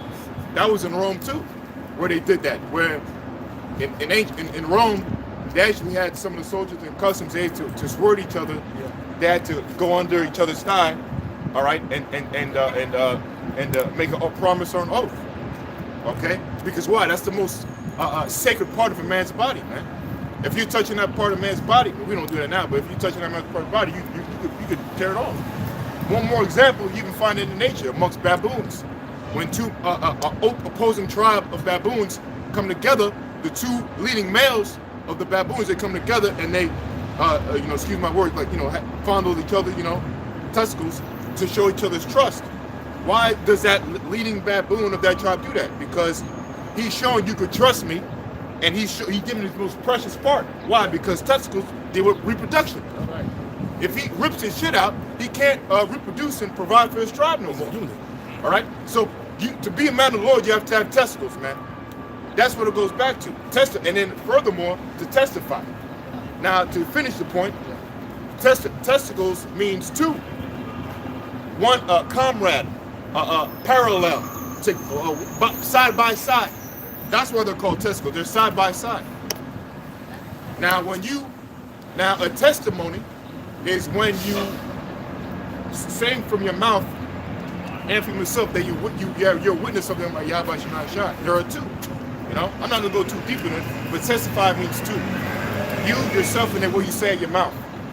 Because who's gonna say if you're in a tree, if you're in the forest by yourself and you see a tree fall down, and you tell somebody about it, who's gonna believe you? So you would have to testify and explain, okay, I saw a tree fall down, and that'll be the two. I just break it down one little long, but anyway. Get it real quick. It's Ezekiel 34 and 31. And ye, my flock, the flock of my pasture, are men, and I am your power, saith the Lord power. Yeah, kind of. So that proves that the Lord is strictly dealing with me. You can't get around that. You know, you got these women deacons and these women pastors, these women bishops and these women church leaders. You know, man, trying to teach you the word of the Most High. That's fucking wicked, It's an man. abomination. That's totally going off, man. Yeah, like the brother said, that's an abomination, man. All right, yeah, Jezebel. That whole thing is an abomination, man. Because the Lord is dealing strictly with me. Get that one in Revelation. All right, I'm sorry, you finished, brother? Yeah, I'm done. Revelation chapter 21, verse 3. And I heard a great voice out of heaven, saying, Behold, the tabernacle of Yahweh is with men. Yeah, so the Lord is strictly dealing with me. That's clear. You can't get around that, man. Plain and simple. You know, that's why y'all like to clown us, all them GMS guys, they don't get no pussy. You know, them guys, because brothers ain't got their fucking women back here cheerleading us while we out here speaking, man. All right? This is a separate thing, man. This is a separate thing and a sacred thing, man. You know? Hey, we brothers deal with women, they keep their fucking women private from what they do amongst the brotherhood when we conducting the affairs of the Lord, man. All right, because as soon as you bring a woman in here, well, the perfect example is look at you other camps, man. Yeah. Look at the shit that's happening to y'all, man. And confusion. Bring Yeah, confusion, man. bring confusion and it bring and a lot of slandering and a lot of bullshit, man. Adultery and all in the whole nine, man. Them fucking bitches, they holding them shits. They holding all them shits they see in the back of their pocket. So when shit don't go their way, they get to fucking expose your ass, man. That's how a bitch works, man. Fuck a bitch, man. All right, first of all, they the weaker vessel. Ain't no the Most High ain't working with no woman. That's common sense. The Most High took common sense from Israel, man. The Most High said the women are the weaker vessel. What the hell the Most High is going to work with them? He showed in many examples the Lord ain't dealing with women, man. Like Apostle Gabar said, we gotta pick up the sisters. I mean, the hell with that. The sisters. Feminine means minus faith anyway. Minus faith. They don't got no goddamn faith. Fuck Look, the sisters, man. Hey, first of all, the women don't give two goddamns about our people, man. Fuck these goddamn black bitches, man. What the hell is wrong with y'all? she's the one who's telling you ass to go to college and all that shit. Yeah, she the one telling you to go to college. Hey, first of all, the black woman ain't shit. She's not with the black man. All right? Hey, and that's just point blank, period. That's how it's set up. Because the so-called white man is in rulership. He's in power. So the sisters, the black woman, she gonna work with the white man. Yeah, she is, yeah. All right? That's what they doing, man. That's what the fuck they doing. Why you think they crucifying R. Kelly ass, man? Making him look bad. You got that fucking black lesbian that fucking ugly Oprah fucking muncher. cunt bitch. Yeah. Gail King, man. Yeah, Oprah's Oprah's that's a little whatever that is. Oprah probably that's Oprah's lesbian lover. Either Man. she No, munching she is, on not Oprah. probably. That's what they do. That's That's Oprah Winfrey's lesbian lover, man. Hey, along with the 20 other even- And then you got Oprah.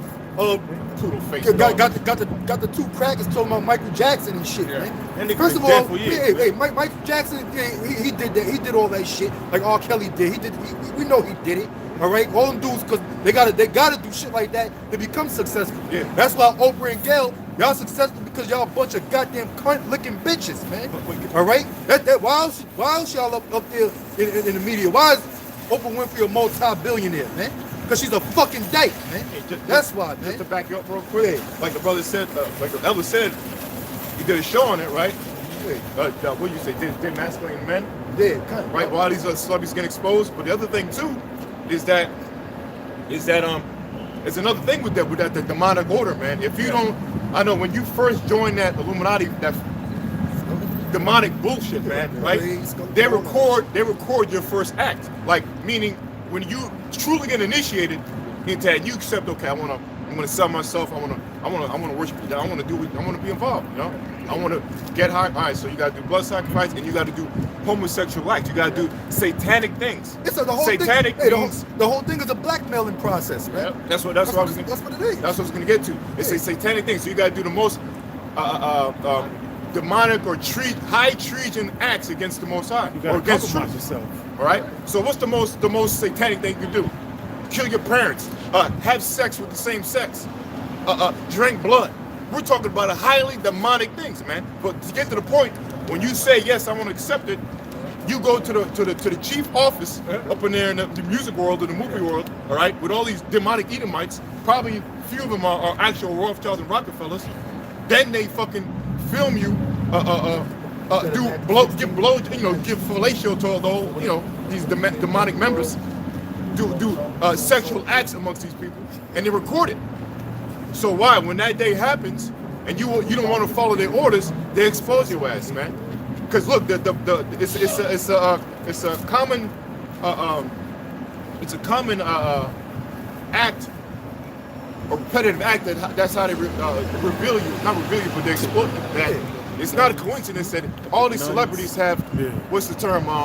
Sexual It's called sexual magic. No, not sexual magic. It's a term. Every term. Scandals. There you go. Sexual scandals. All these celebrities are taken by sexual scandals. Why? Because, like the other was saying, why they demasculate you. But the other point is that they probably didn't follow any orders. They probably, I don't want to do this shit no more. That's why they fucking killed Michael Jackson and the other, because they went against the program. Yeah, it's blackmail. Once you get into that shit, they basically got you. That's signing the deal with Satan. That's what DMX from. Hey, you got a video I seen with Oprah Winfrey, black ass. The reporter asked her, when you was a little girl, did you wish you was white? And she flat out said, yeah. You know what I'm saying? And then I seen a comment under the video where a stupid nigga bitch wrote it. She said that's pretty much what every little black girl thinks, man. Every little black girl want to be. Straight out the horse's mouth, man. That came from white supremacy, man. That's right. A lot of our people always wanted to be like that. Even men. When you look at a lot of especially the older jakes, because right now they making black people look cool. Because we're the celebrities, we're the big celebrities, the biggest boxers, the athletes, and the best actors in Hollywood and whatnot. We grace the silver screens and all of that. But when you had the Jim Crow era and all of that, madness, when certain things were with certain industries, black people were so-called barred from being down with, and the white man used to grace the silver screen and this, that, and the third. Look, all black people, they wanted to be white. That's why back in the 50s and the 60s, you had the black man used to put that chemical process shit in his head, trying to fur, like the Farrakhan still wear that shit. Yeah. Al Sharpton still wear that crazy shit. You still got faggots wearing that shit today. But see, those are old jakes. Those some old jakes that grew up during that time period. They all wanted to be like the white man. They wanted to be white. And Oprah's an old bitch too, an old ass lesbian, man. All right. But the point I was trying to make was this. Here it is. She's bringing out. She got these guys interviewing these two crackers about Michael Jackson molesting them. Right. They're still on that. Yeah, they're still on that shit. But the thing is, the man is fucking dead. Yeah. The man is dead. It's like goddamn. Yeah. Here it is. Michael Jackson's fucking dead. He ain't here to defend himself, right? And most people that have been violated, they want justice. How do they want the justice carried out? The person who violated them to die, right? So what the fuck is these two guys over here talking about? What are they seeking? What do they want? Revive them and put them on trial. I heard that one of the ladies about Bill Cosby came out and said, "Oh, they paid me to do that."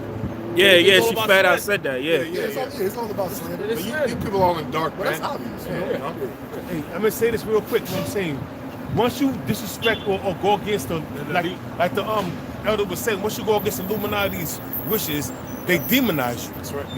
And the ultimate way to demonize a person is do rape and pedophilia. That's right. So if you being considered a pedophile, you tarnished, man. Even if you didn't do it, if you consider a rapist, even if you get exonerated in court, in the public eyes, you a pedophile, you a rapist. That's right. They ain't dealing with you no more. That's right. So your whole shit is, it say you in the scriptures, a good name is better than Precious oil.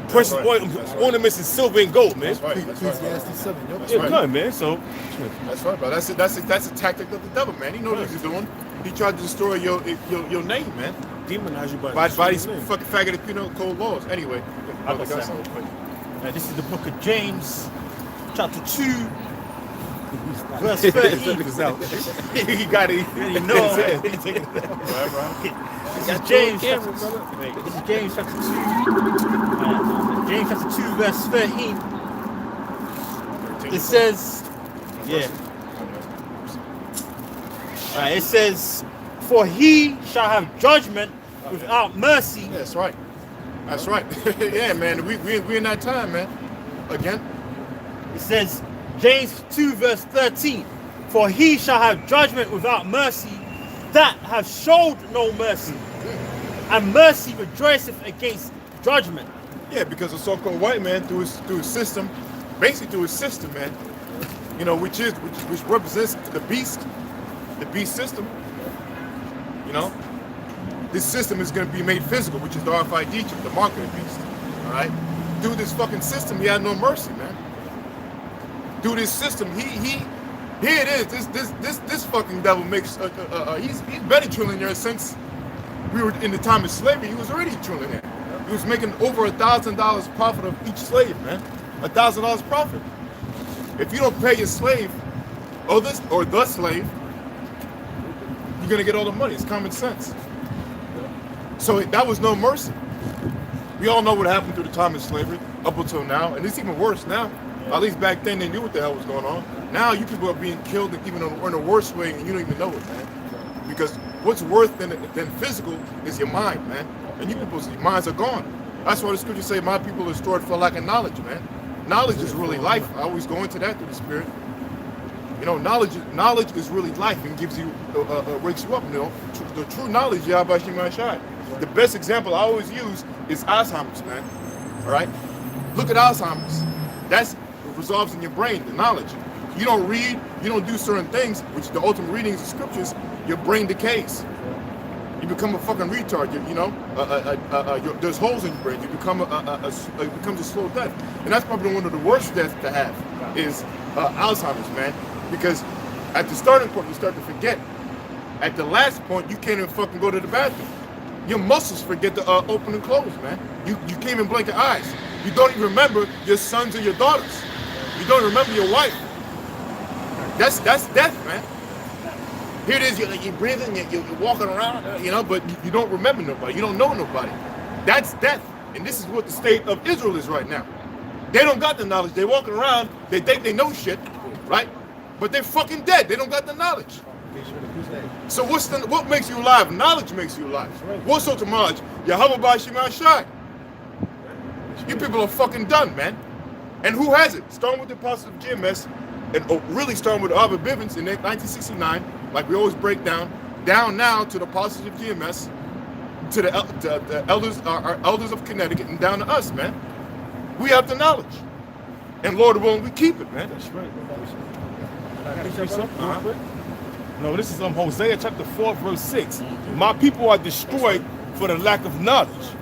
Because thou hast rejected knowledge, I will also reject thee. Yeah, that's right. You're not destroyed for you're getting beat up. You're not destroyed for slavery. First of all, how did they take away the knowledge from you? What knowledge means to know. They made you during the time of slavery, you couldn't read the Bible. If it was about something physical being destroyed, they would have made you keep reading the Bible and just beat you all the goddamn time.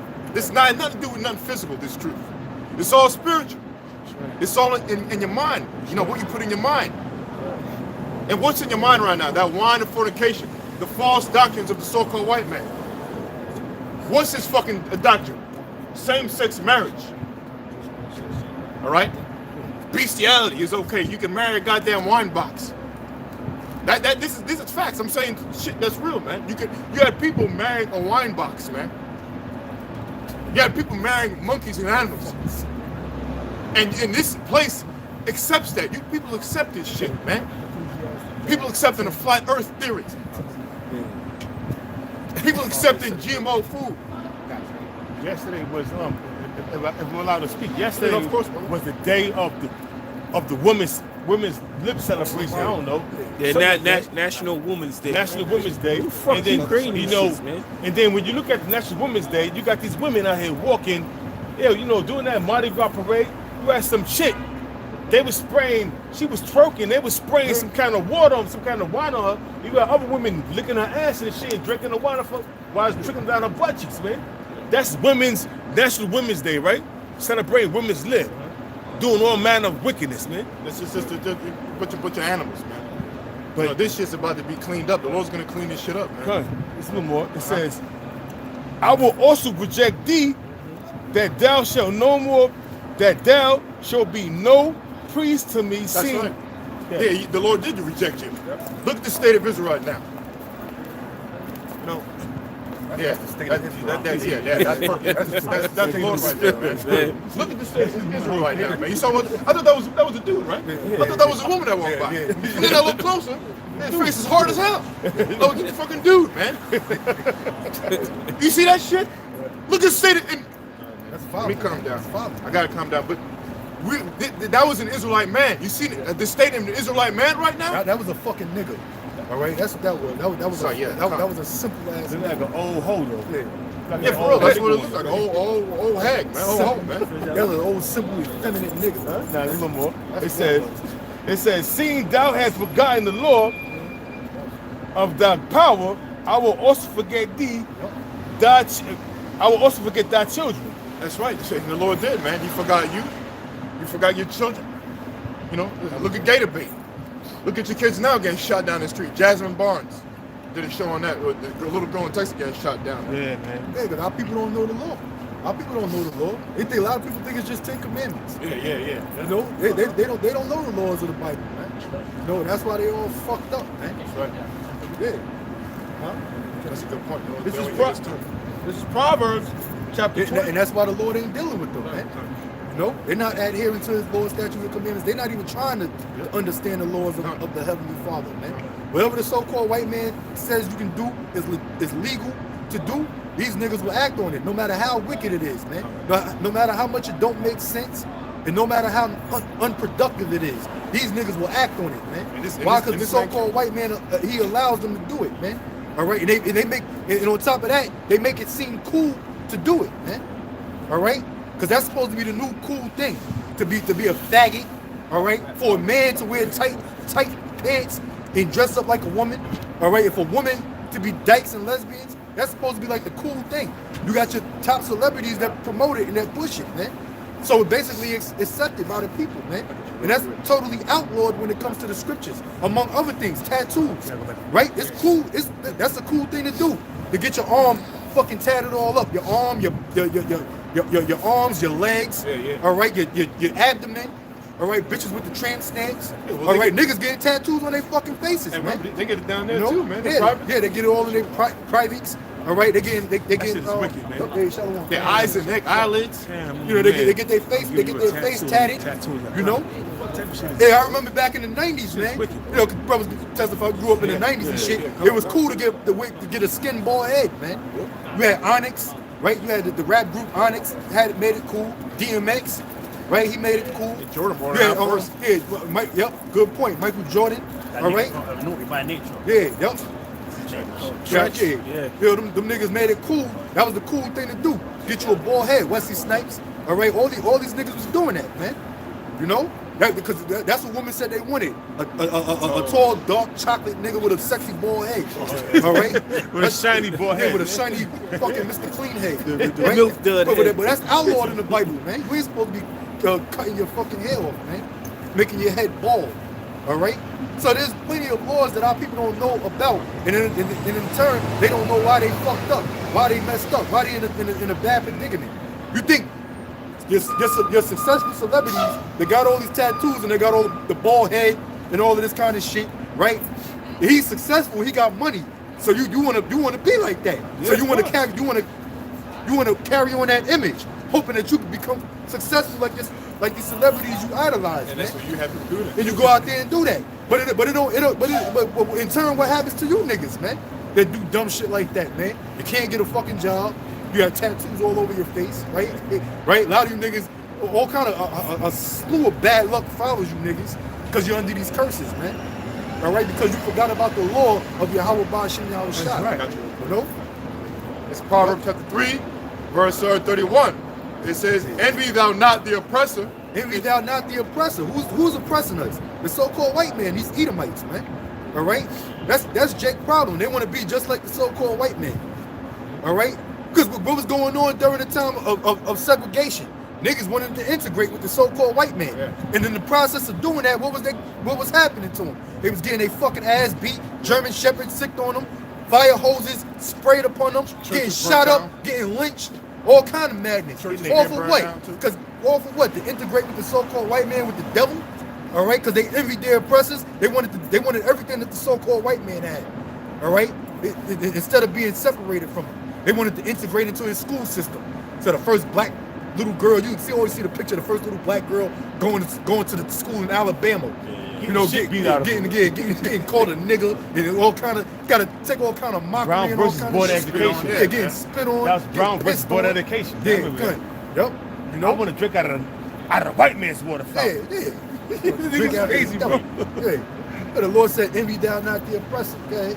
It says, envy thou not the oppressor, and choose none of his ways. And choose none of his ways. Because his ways are wicked, man. That's right. Take a good look at our people today. All right, they done succeeded the so-called white man in wickedness, man. All right, the so-called white man is a faggot by nature. He's a homosexual by nature. That's in his DNA, man. All right, because in the so-called white man's spirit, he's a fucking homo, man. That's why he promotes and pushes homosexuality, man. All right, but once a nigga gets on board, he excels with it, man. A nigga got to be a super faggot. The so-called white man that's walking around in Wall Street with his Brook Brothers suit on and his suit and tie, you can't tell. You just looking at him by face value, you can't tell that he's a faggot, right? He can even wear a beard on his face, but he's still doing homosexual activities. He still got it in him, That's right. right? But that's just in his DNA. But when a nigga jump on board to be a faggot, what does he do? He takes it to the fucking extreme, That man. nigga's a flamer. Yeah, he gotta be so repulsive and so wicked. He gotta put on. He gotta take it to the extreme, man. Big freedom. Like the brother said, big freedom. A nigga gotta cross dress. Yeah, A nigga gotta talk all loud and obnoxious like a black bitch. All right, these niggas and wear makeup, lipstick, and all kind of wicked shit. These niggas be doing, man. No. Yeah, he's trying to bring something out. Okay, this is Proverbs 12 and 26. It says, the righteous is more excellent than his neighbor. Hey, who is the righteous? The so-called Negroes, Latinos, and Native Americans, the 12 tribes of the nation of Israel. We are more righteous than our neighbor. Who is our neighbor? Starting with the so-called white man, because they're not of our nation. All right? Okay? Starting with the so-called white man, then the other nations, the heathens, man. All right? But the righteous are more excellent than our neighbors, man, than the so-called white man. We're better than them. Why? Because the Lord chose us to be his people, man. That's right. Okay? The so-called white man is the goddamn devil. He's supposed to be at the bottom. That's man. right. Go ahead. It says, the righteous is more excellent than his neighbor, but the way of the wicked seduces them. But the way of the wicked seduces them, man. Okay? I look at you. Yeah, because normally our people they don't in the beginning before they sell out a nigga really gotta what's the word I'm looking for? Things weigh heavy on their mind. They gotta fight the temptations that Satan presents them, man. You know, to become a fucking sellout, man. You know, that's basically bending over, you know, to become a faggot, all right, or killing, or basically killing someone, murdering someone rather, all right, because there's a difference between killing and murder, okay. You know, them human sacrifices that the so-called white man makes our people do to gain success in the society, man. All right. So how does the wicked seduce our people? With his money, with his fucking riches, man. Because here it is, the so-called white man that stole everything, man. He done stole everything in the world, man. You know, and niggas want to get a slice of the American pop. So what did the nigga do? A nigga will go against his morals, man, to become successful. You know, to basically sell out to the to become so-called successful, selling out to the so-called white man. Now, if you check that out, there's a movie called Starry Eyes. It's on Netflix. Yeah. This chick wanted to be an actress. Bad, man. And it showed that the Illuminati, they went through the whole ritual. She went into the office to the dude, the high producer. Yeah. And she was thinking that she was going to, because she was tired that she gonna get the role. He started touching between her legs. She jumped and ran out the place. Yeah. Then she started going through hard shit. So she came back. She called him back. I was like, you know, I realized my error, my mistake. You know, I know it's, you know, I have to be willing to put out. And so they called her back and said, meet me here. So they went back. She gave the nigga some head. Yeah. You know, that, you know, she was going through all kind of shit. You know what I'm saying? But to make a long story short, they buried her. You know, put it in put in plastic. They gave her a little gift called Happy Birthday. She was born again, but born again into that lifestyle. Then she had to cut her hair. Remember Britney Spears cut her hair? Yeah, she was bald headed shit. You know what I'm saying? She had a wig on. It's called, check it on Netflix. It's called Stereo. It's going into about the Illuminati in Hollywood, man. How they, the rituals, how they get put on. Yeah. She murdered 6 of her friends, bro. They get put on, bro. Hey, that's all scripture. Like the scripture the brother brought out. The excellent is more righteous than his neighbor, man. All right? Because we are more excellent than him, man. Deuteronomy 7:6, it tells you that, man. And it's evident, you can see it, man. We're the best people on the face of the earth, man. The so-called white man, that's why the so-called white man has to use our people to push his agenda. To make it cool and make it accepted, especially when it comes to homosexuality, man. All right? Especially when it comes to homosexuality, because the so-called white man, he always been a faggot. Deuteronomy 32:32, it tells you that, man. All right? It tells you that the so-called white man, they always been faggots, man. But they couldn't make it acceptable unless they got our people to do it, man. To make it seem like the cool thing to do. That's why you got all these fucking niggas parading around being faggots, man. Because their top celebrities are pushing that shit. But who's putting the battery in their back? The so-called white man, the devil. All right? I even had an image I just saw yesterday, an image of, you probably guys know it, at the Oscars. Yeah. Billy Porter. That's I don't even know. The dress tuxedo. Tuxedo dress or whatever. You know what I mean? I got a preset. Androgynous society. Man. I got a preset real quick. Hey, well, but going into that right there with the homosexuality shit, I'm saying that bullshit.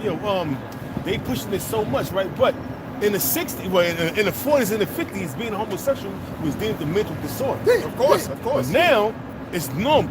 Yeah, well, so it's this is Proverbs. This is Proverbs chapter 23. This is Proverbs chapter 23, verse 17. Let not thine heart envy sinners. Be thou in the fear of the Lord all the day long. So that's going to unique with Hispanics, Native Americans. It said, let not thine heart, thy mind envy sinners. Who are the sinners, man? That's right. The 2/3 unique with Hispanics, Native Americans that sold out to Esau, the so-called white man, Esau and Edom. So it tell you, be down in the fear of the Lord all the day long, man. Hey, that's right. And I just mentioned it to this brother right here about the boule, right? Because what did the boule model themselves after? Skull and Bones. Yeah. Right? The Greek fraternity. Them Greek fraternities. Yeah.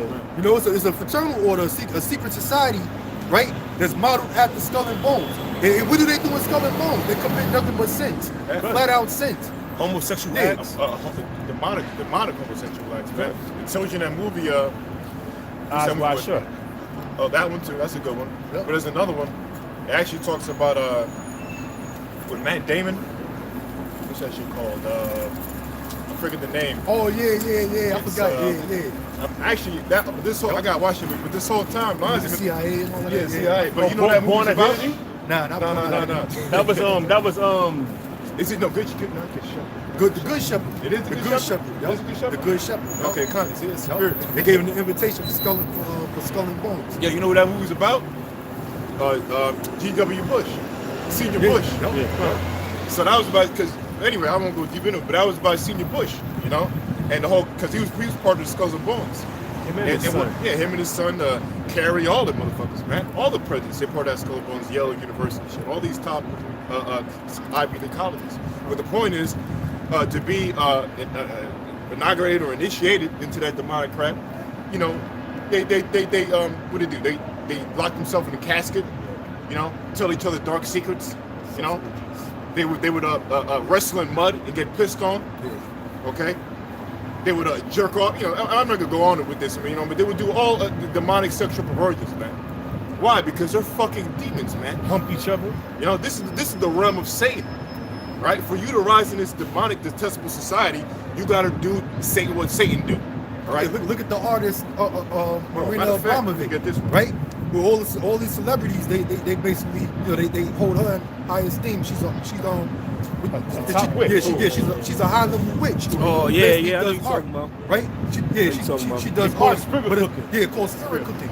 All wickedness, man. Everything, all she does, everything is fucking wicked. That she does is all demonic, man. All your top celebrities, they hold her in high regards, man. She's a fucking witch. They call it spirit cooking and indulging in homosexuality and orgies. It's called spirit. It's called sexual magic. Yeah. Where they provoking demons and entities, and Well, that's how they. she's a fan of Aleister Crowley. Yeah, because Aleister Crowley brought that out. Sexual magic, where, I was watching a documentary of Aleister Crowley, right? He was saying that he punched a hole into another dimension, right? And he had a goat, and the demon jumped on the goat, and the goat popped. That's what he said, bro. But that he probably whatever, man. That's what he said, bro. That's when he was on acid, I said so. Acid, drugs. That's what he said, bro. He said that shit. What the fuck? Psychedelic Yeah, he probably, he said that, and that was sexual magic. Whatever. But he said the demon jumped on the goat, and this is 1920. He said the demon jumped on the goat, and the goat popped him. He said, I said, what the fuck? Well, he enjoyed it. He's a faggot, Yo, I'm trying to find. I said, oh man, bro. I said, this nigga's a demon, man. He's a fucking demon, bro. Yeah. John 8 and 44. Oh, okay, I'm right. Oh, that's right. Hey, but a lot of things, what's going on right now is, you know how these Edomites, what they did was they pour a lot of guns and drugs in our neighborhoods, and what's happening now, that shit's backfiring, man. Now, a lot of so-called white people are dropping dead from drugs, man. The brother from North Carolina did a beautiful show with that goddamn news anchor. I guess he was shoving goddamn heroin up his goddamn asshole, and basically he overdosed off of that shit. And his gay lover was in the room with him, man. So all that shame you try to put on us, man, it's coming back to you, man. Yeah, the Lord says he's gonna do that. Lift up his skirts, man. You know what I'm saying? The Most High is exposing you, goddamn. And one more scripture. The scripture said not Habakkuk, in Obadiah, for advance against thy brother Jacob, shame shall cover thee, man. You know, the Lord is exposing all the atrocities you done did to Israel, man. That's right, man. You know? This brother's got it, man. Derby's Dose, Devil's Punch Bowl, a whole bunch of atrocities Esau has committed, man. Yeah. Devil's Punch Bowl, brothers don't know, is about in Mississippi. They had a concentration camp after in 1865 when so-called Israelite men was emancipated and they was free and they was doing crop sharing. But what they would do was they would give them hard conditions, whereas Jake was willingly going back into slavery. Like, listen, man, I had it better when I was a slave, you know. So, and then they had a big massive grave site, and they called it Devil's Punch Bowl because it was round like a bowl, and they was just dumping all kind of jakes in that bowl. I'm saying in that grave site, man. It was called a Devil's Punch Bowl, or a concentration camp, if you will. That's it, bro. This is Habakkuk chapter 2, verse 15. It says, woe unto him that giveth his neighbor drink, that putteth thy bottle to him, and maketh him drunken also. Yeah, that's right. Talking about these philosophies. Yeah.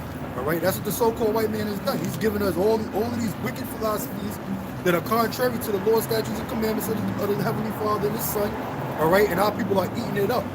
Okay. Our people are eating it up. Like you had that racist school out there in Washington, D.C., Covington Catholic High School, right? So, which basically all Catholic school institutions, because the whole Catholic Church basically gives our people that wicked philosophy, man. All right, that Roman Catholicism. Okay, but what was they doing? What they used to do? And that happened to all of our people, man. But particularly talking about the tribe of Gad, they were sending them off to them boarding schools, man, making them forget all of their customs that they were keeping. All right, which most of their customs go back to the Holy Bible, man. All right, to the customs of Israel, man, proving that they are the children of Israel. It tells you that in the book of what's that book again? I used to remember. It was a Trinitarians? No, it's a book written by James Adair. It's called Promised Lands. Lord's Trials and Promised Lands. Is that one? I know that's the author. It could be the I think I know what he's talking about. I read that book, man. Is that? Okay, yeah. It's without sanctuary, right? No, not that one. But anyway, it's by James Adair, and it goes in what the brother was just saying. That he was going to the lost tribes, and he was saying that the Native Americans, like the North American Indian, Seminole Indians, which are the tribe of Gad and Reuben, right, of Yahweh Shemashah, the chosen people, that when the explorers came over here to come to this land, they said that you know, a lot of their customs, their languages, like their language, they found out was a lot of the dialect of the same as Hebrew. The same characteristics. Well, you know what? Their fringes also. Hey, well, you know what? Our people are just stupid, man. You know what? There's all kind of museums all throughout the city. You got the American Indian Museum downtown. You got the museum, the American Museum of Natural History. All right. Yep. All right. When you go in there and look at Native American culture in these museums. First of all, you'll see clear as day the things that the Native Americans used to wear with the borders of blue, with the fringes and whatnot. But our people are so stupid, they don't know where it goes back to. Because our people, everybody got Bibles in their houses, but they don't look into them Bibles, man. They don't read their Bibles, man. You know, they'll leave their Bible open to Psalms the 23rd chapter in their house, man. It be filled with dust, man. And it be filled with dust because our people don't look into the Bible, man. He just got cut.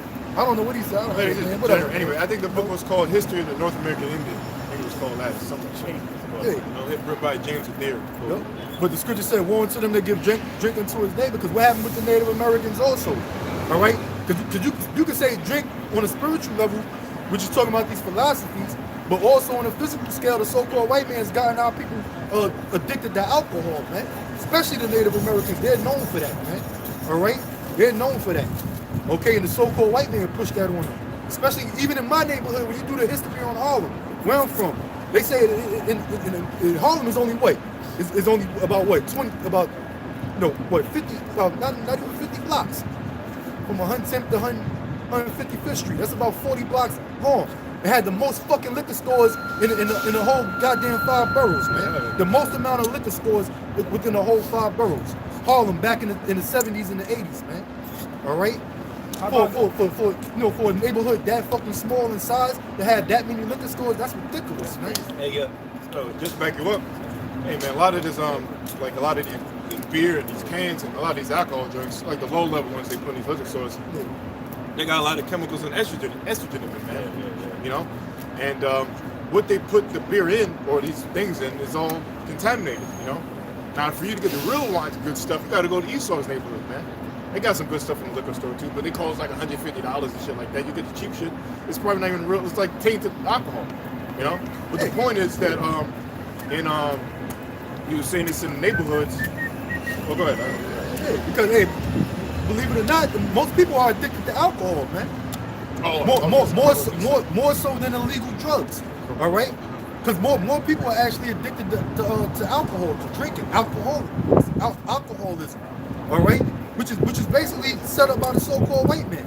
All right, that's why you got these these AA programs, and you got people when they can't to the point where they can't drink. They start shaking and going through convulsions and whatnot because they need a drink, right? And also, you got people that drink so much, that drink heavily, the fumes of the alcohol be reaping through their pores, man. You know, but the scriptures tell you that drinking is not outlawed in the scriptures, but it tells you you're supposed to drink in moderation, all right? And the so-called white man, what he does, pushes that on our people. Yeah, probably poison. It shows you in that movie, but Black Dynamite. The reason why is because alcoholism goes hand in hand with oppression. You know, they show the movie Black Dynamite where, movie with Michael J. White. Yeah. That even the government they found that they were poisoning the drink, the Cobra drink. It was a comedy, but I ain't gonna go further because it's funny what the drink did. But the reality was that the drink was pointed towards what the so-called African Americans in the movie or black people in the movie, which are Israelites, because it was the plan in the movie to destroy black people in the movie, right? And they did it through their alcohol, their drinks. You still got that scripture? Yeah, read that scripture one more time. Real quick, you know what I'm saying? They had in the 80s and during the crack epidemic, because I was born in the 70s, so during the 80s, like 83, 84, 85, I was 10, 11, and 12, you know what I mean? So I saw they had dollar bottles of crack, man. $2 bottles of crack, $3 bottles of crack, and it was easily distributed. It was out there. Little kids could have gotten. You had to have $1. $1 got you a crack bottle, man. Yeah, which goes into witchcraft. You know what I mean? So hey, that was just. And who pushed that out there? You had during the 80s, Ronald Reagan, and you had that bitch Nancy Reagan. Just say no. Yeah. You know? George Bush. Yeah. George Bush, yeah. But all that shit backfiring on them, man. Habakkuk 2 verse 15. Woe unto him that giveth his neighbor drink. Woe unto him that giveth his neighbor drink. Yep. And that's the so-called white man. All right, the so-called white man has gotten our people drunk over his philosophies, and he got us literally drunk over alcohol, over his booze, over his booze, over his booze. All right, you know. I gotta feel a little guilty. There's a scripture in the Apocrypha that says, basically, if you're drinking, and you're not supposed to pressure your brother to drink with you, man. Right. You know, you want some wine? Nah, bro, I'm good. Come on, man. You ain't supposed to be doing that shit. But what Esau used to do in his commercials, man. All them beer commercials. Yeah. Hell yeah. You know, you had Billy D. Williams. Yeah, that should make you want to all the fucking black, drink, man. all the poisonous, dreadful beers. Oh man. It was always named after some old wild shit. Coke 45. All right. I remember that commercial. Crazy horse. Yeah, crazy horse and all that shit. Saint Ives is not biblical, nigga. All right. You used to have Ice T. You had Ice Cube. Yeah. Was the model for Saint Ives. You know, that's the script. Well, read that scripture again. Read that scripture again. Habakkuk 2 verse 15. It says, woe unto him that giveth his neighbor drink. Woe unto him that giveth his neighbor drink. Right? And you pointed out the scripture in the Apocrypha. Brother ain't got to get it. Yeah. But, you know, it's Sister about Rock. not pressuring your brother to drink. All right? What does Esau do? Through his TV outlets, the media, right? Right? Through them commercials and all of that, and these advertisements. Put the beer going in the cup in slow mo. Yeah. Zooming on the suns. Well, that's what he's doing. He's pressuring his brother to drink, man. He's pressuring his brother to drink. You know? Like I said, you had Billy D. Williams, you had Ice Cube. Biggie had a St. Ives commercial. Yeah. Now you got Nas, his dumb ass. I remember the exact episode. Hennessy. Remember the old show on MTV called damn. You think you know or something like that? No, MTV Live or some shit.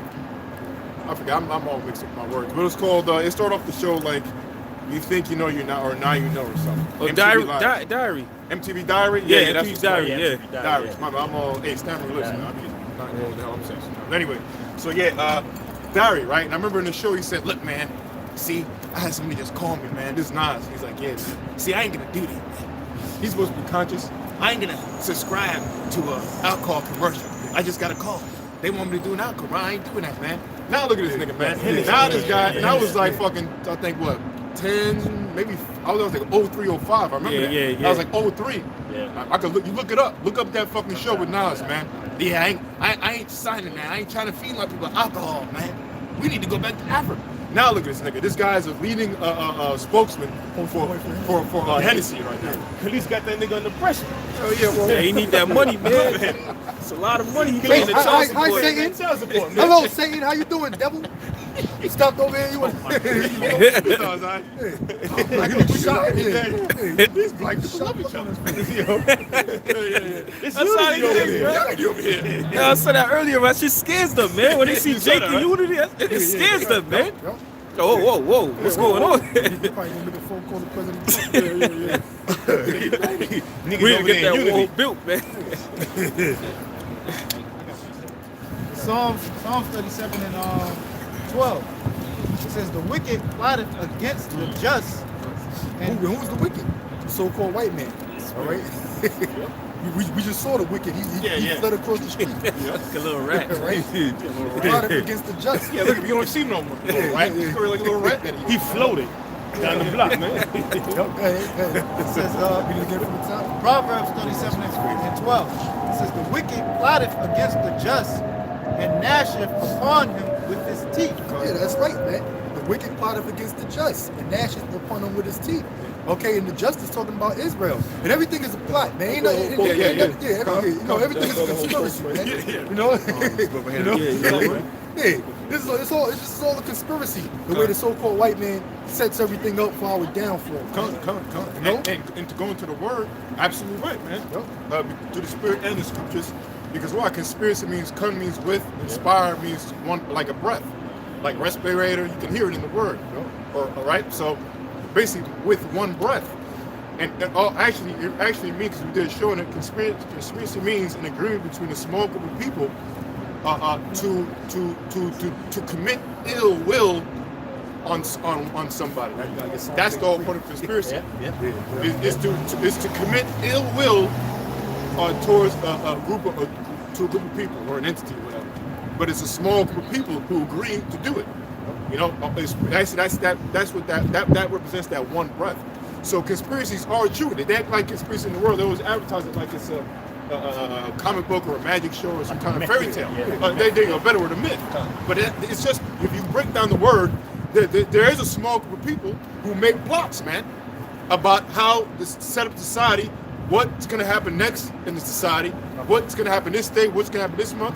They're called the Fekanati, man. It's called even the Bilderberg or the international bankers. And particularly to keep these people oppressed. Yeah, keep these people going off, that's the not main knowing who they are, and to keep them oppressed, man. And for keeping them down from never being able to rise up and come back to the Bilderberg group.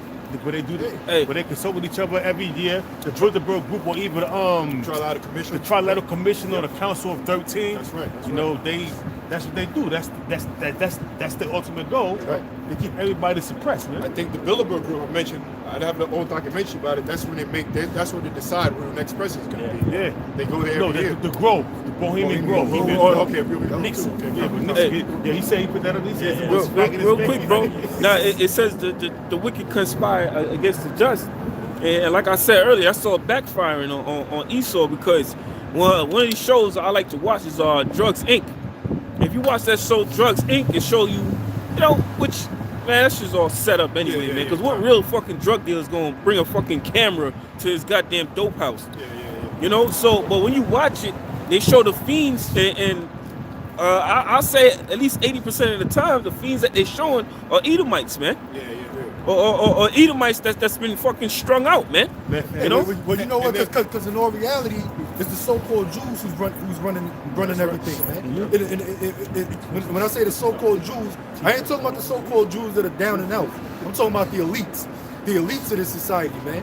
All right, they're the ones who's basically conspired together to cause all this mass destruction and chaos in the world. Man. Psalms 83. Yeah, brother, got Psalms 83. All right. But as far as these white people getting sprung out on drugs and shit backfiring on them, that's really because it was set up that way, man. That's because the elites wanted to go down that way. All right, because the elites don't give two goddamns about his own people, man. All right, if you're not part of the 1%, the elite banking, the super rich of this world, then they don't give two shits about you, man. They don't give a fuck if you a regular so-called white boy, trying to make ends meet in America, or trying to fulfill the American dream. They don't give a fuck about you being sprung out on drugs. What's the TV show Married with Children, man? All right, they don't give a fuck if your pops is a goddamn a fucking drunk and your daughter's a slut. All right, all right. Your son is a fucking horny simp. All right, they don't give a fuck if you catching hell in America, which is supposed to be in your heaven, man. All right, as long as they're enjoying the fruits of heaven, talking about the elites, the bankers, that's all that matters to them. Because you have a such thing as the Georgia Guidestone, man. All right, you have a such thing as the Georgia Guidestone. So who? Some of the people that are incorporated with that are other Edomites, Moabites, Hamites, all the nations of the world. But especially the main target is the nation of Israel, man. Keeping us down or trying to or basically trying to get rid of us, man. You know. You see, it ain't working. Yeah, it ain't working. That's why, because Yahweh Shemai Shah is involved, man. She's always been involved. And they're perplexed right now, man. Like, what the hell? We at the end of We've been doing this since the Renaissance. It ain't working, man. They did iconoclasm, destroyed the icons, took away our history, took away the scriptures from us when we put us to slavery, put drugs in our communities. Well, not communities, I hate that fucking word. Where we live at. Wow, and so on and so forth, man. Now look what happened. Now what's going on? Like the Lord promised, He's still waking us up.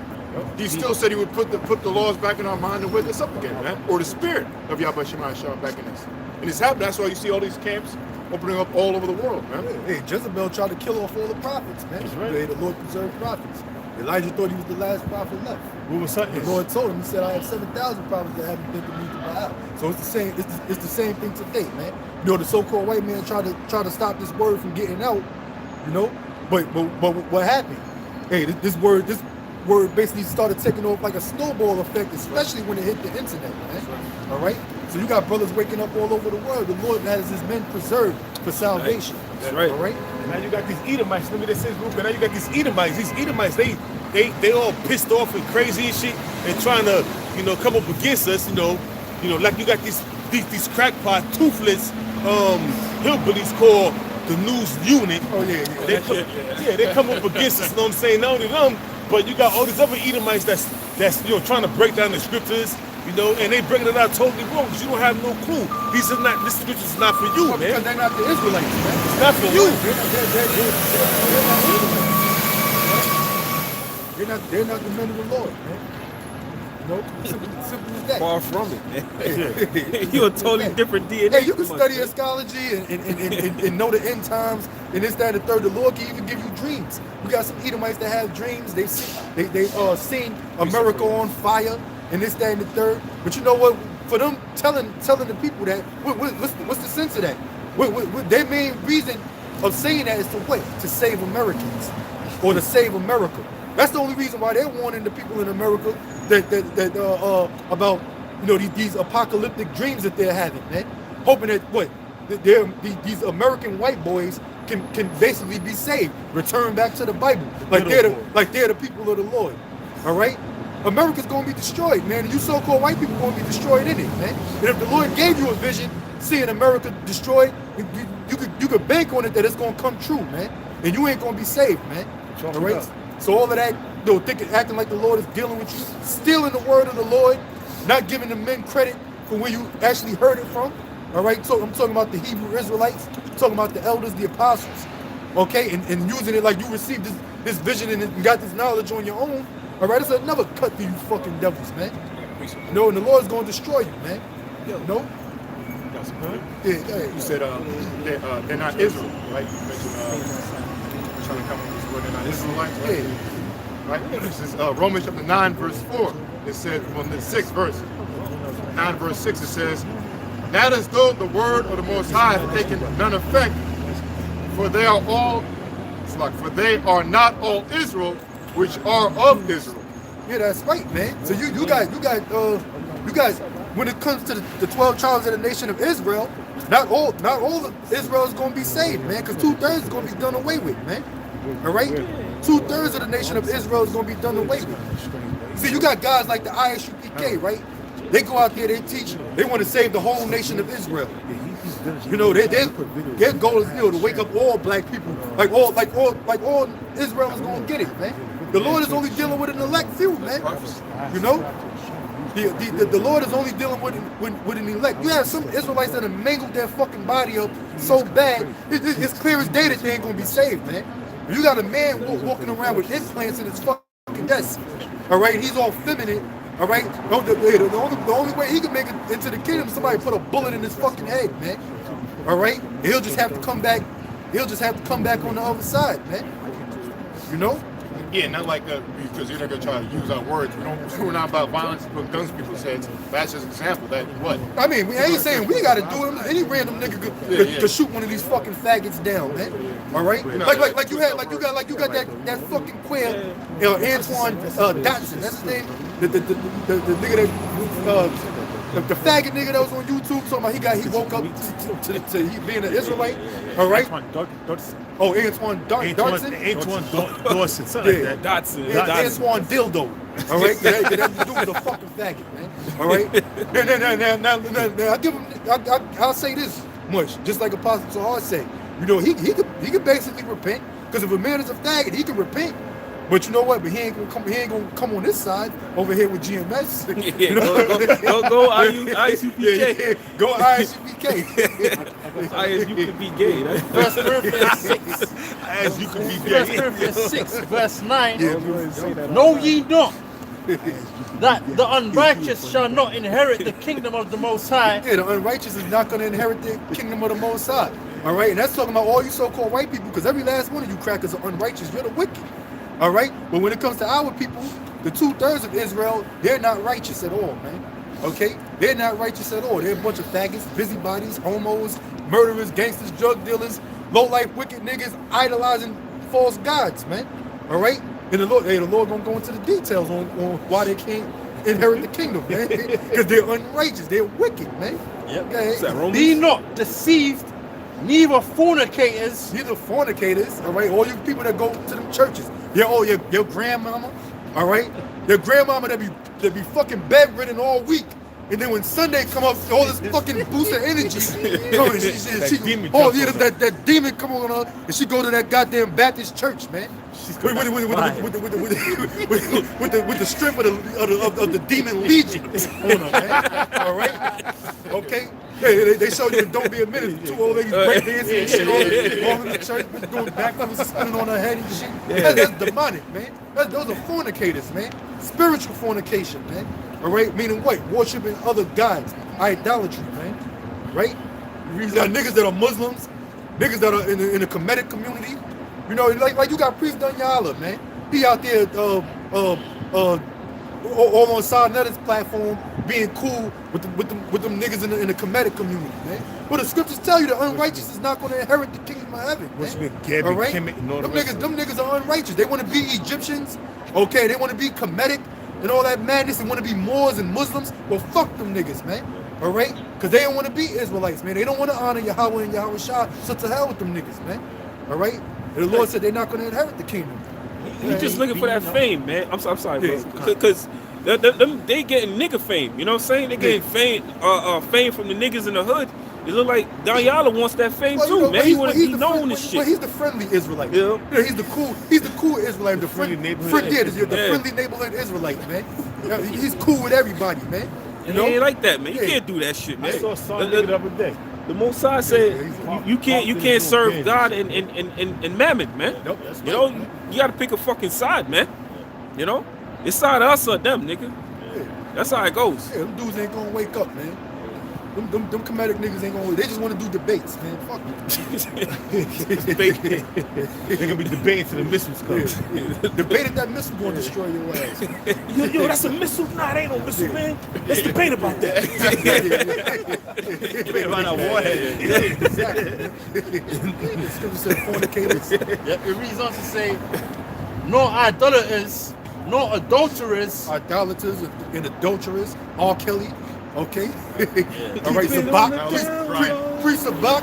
Zabak, you better repeat. Zabak. All right. You got your fame now, boy. All right. Now, cause you got this Israelite sister, all right, who done slept with the top men of 3 different camps, man. Damn. Of 3 different camps, man. Hey, well, what do you All right. expect women to do, man? Yeah, man. Let that quiver, like the scripture says. Yeah, she done slept with the mighty Hebrew. She done slept with Zabak. And I think she also slept with brother Nasi. All right, that's 3 different Israelites, man. Probably more. I'm sure she done slept with more, but basically she targets the head guys of the camps. All right, and these dudes done slept with. Whether some of them maybe they didn't know about it or whatever at the time, but hey, whatever, man. You know, that bitch, she for damn sure gonna die, man. All right, okay. It says, Yeah, man, just get with the atheist.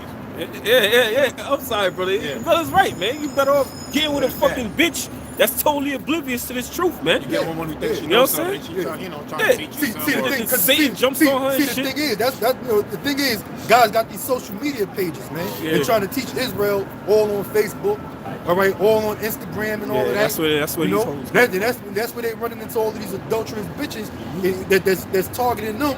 And here it is, you sleeping with a bitch that done slept with another brother from a different camp, from the next camp, in the 3rd camp. You know, all these righteous sisters, so-called, man. All right? It's a lot of adultery in Israel, man. A lot. Right, man. You know? I met this girl off the chat line, right? And she hit me up, I bet she got a number. And she said something, I don't know how we got into it, but she found out, she was Islam. I found out. She said something, because I don't really, even if they know, like, I don't even mention it. I forgot how we got into it, right? But then it wound up being, she said something. Oh, she's like, yeah. Oh, no, she just talked about it. She was like, yeah, I didn't say nothing, we just talked about it. Yeah, I like knowledge too. I just saw your page, And it's funny, man. You know, I was into certain stuff. I just moved from Las Vegas, and I was into I just left my husband. I was into some Israel stuff. You ever heard of that? I'm like, nah, I've never heard of that. I never heard about it. Not really. Like, yeah, but you know, now I just, I'm to like, Egyptology and stuff like that. And I'm like, this fucking bitch, man. Oh, like she just was involved in being an Israelite. Now you're into Egyptology. You know what I mean? Different type, you know? I know it. Yeah, you know what I mean? So I was like, and then I was like, oh, nah, I ain't fucking right, because I know there's a camp out there. So I was like, I'm messing with this bitch, right? So, and we never got each other's number. I just messaged her. We were like, then I messaged her something like that, and she was saying that, actually we did talk on the phone, but she was saying, and then I came up to her, I was like, look, man, you mentioned you were Israelite, right? I was like, what camp was it? Was it GMS camp?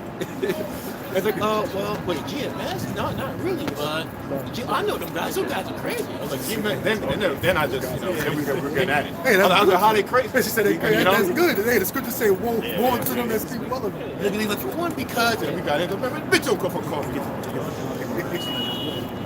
But that's why these bitches, man, they don't got no faith in them. They just there for whatever. But it said it mentioned adultery, it mentioned idolatry, adultery, fornication. It says, nor effeminate, nor abusers of themselves with mankind. Nor effeminate, nor abusers of themselves with mankind. All right, you got effeminate niggas who might not be popping other men or taking it up the rectum or the rail. Okay, but they act like a bitch. They emotional, bitch-made niggas, man. Filled with estrogen. Estrogen-filled niggas, man. You know, soft, sensitive, extra sensitive niggas. Yeah, no man. hair. No hair on their face. In their body. You know, I mean, brother got no hair in their face, but no hair. But no, cause I did the show. I posted this thing on testosterone real quick, and I learned off of it. They say a man with testosterone has a lot of facial hair on his body. I'm Back on, bro. You gotta see that movie called what is it called? Powder. He said, look at him. He said he bald as a baby. I see that shit. That effeminate shit, man. Hey, shaving off all the fucking hairs on your armpits, your pubes. He didn't have no eyelashes, no eyelashes, your head, and all that. You know one thing about that? That was a bad movie, man, because that was a deep scientific movie. But here goes Satan again. First of all, because this guy Powder was supposed to be the most wisest guy on earth. He's supposed to be like a superhuman, like an advanced human, before their time. Yes. So they were like studying him. But here it is. Here's the demonic side. So they're trying to say someone who's super intelligent, or the future of humanity is going to be pale like him. Right. And then not only that, I said in the movie, I remember the guy from Jurassic Park. I forget, was it some Goldberg? Jeff Goldberg. Jeff Goldberg, right? Jeff Goldberg. He said, he was a scientist in the movie. I studied him, and he said, when you reach higher intelligence and more brain power, you lose hair. You see that? But the script, that's bullshit, though, man. I remember that when I was little watching. I was like, but the point is, in the scriptures, that's totally opposite, man. All right, the Lord gave us hair. I'm depressed about this, man. The Lord gave us hair on our face and our head. Like the brother in Chicago had that beautiful dream, all right, a beautiful vision. He said when he had the vision of the kingdom, he looked around at all the Israelites, man, it was all of us looked beautified, man. And he said one thing, all of us had hair. All the men had full hair. Because this is a curse, man. Hey, the Lord always compared Israel to lions, man. Yeah, that's right. That's right. Yeah, yep. And when you look at study lions out there in the wild, in Africa, in the savannah, and all of that, hey, the most dominant lion be the main one with the biggest man with the black man. That's like the most feared lion, man. The big dark mane. And you got some of the young whippersnapper lions coming up. They mane is growing in there, but it's still got the golden complexion. The blackness in it ain't really kick in yet, man. And then they try to it didn't reach its full potential, Then they try to challenge the top one and get put down. Yeah, they get smacked up by a hyena. Now they try to challenge the main lion, the alpha lion, and the alpha lion to put them down. Like, man, listen, man. I remember that old Samson movie. not the new one, but the old Samson book. I remember the line. I love it, and I always use it. He said, "What is a lion without his mane?" I love it. I always remember that. Hey, that's what makes us distinguishable, man. All right, and that's what makes us glorious, man. And the Lord don't just do that with men, but He does that with all male species, man. Yes, all right, when you look at the different species of animals out there, the male species are the ones that stand out the most, man. Good. You know, when it comes to certain birds, especially birds, right? When you look at the bird kingdom or whatever, avian species, which are basically birds, right? The male birds are the ones with the most beautiful colors, man, the most colorful, extravagant colors and beautiful plumage, right? And the females look more drabby, right? And the reason why they look more drabby is for a particular reason. Show you how perfect the Most High is. They look more drabby because they blend more in with nature, with their surroundings, right? What's the animal? What's the animal doctor? Oh, Dr. Doolittle. Oh no. What do you call it? Like a animal? Zoologist? This is this brother, by the way. This is. Yeah. I always say that. I always say this got to be the. He has to be in the ark, man. You know? From the line of Noah. I mean, still, the spirit. You always been nice with that with the animals, man. So, you know, bring it out. But you know, the female species of birds, most of them stay drabby color because they got to blend in more with nature. Because a lot of the female birds, they the ones who sit on the nest, you know, and basically nurture the young. So they got to blend in with nature, so no animals will hunt them down and be able to see them. But the males are more colorful. You know, they're more glorious, more to attract the females. Yeah. You know, like take the peacock. It's the male peacock. You know, spread their vision. They spread their feathers. I was thinking about that too, man. That's right, man. Spirit. Because how they spread their shit, like If you see a young male peacock, he's still when he's young, he's still drabby. He don't got all his colors yet. He's trying to spread his feathers because he's a male. You know, he gonna try to spread his feathers and all that, but he can't attract no. He ain't getting no woman, man. Yeah, you know what I'm saying? And you know what? Just to back you up, there's a book. I was passing to brothers years ago. I didn't have it no more. It's called The Mystery Method, and they said one thing like a man should do, like you should, you know, how you should dress is called peacocking. That's the term they use, peacocking. So which shows that the man, you know, when you dress smooth and all that, women like a nice, well, not no faggot shit. Let's get this straight. Not no colorful rainbow suit. I'm just saying, nice, smooth, looking nice. Yeah. That's called peacocking. You know?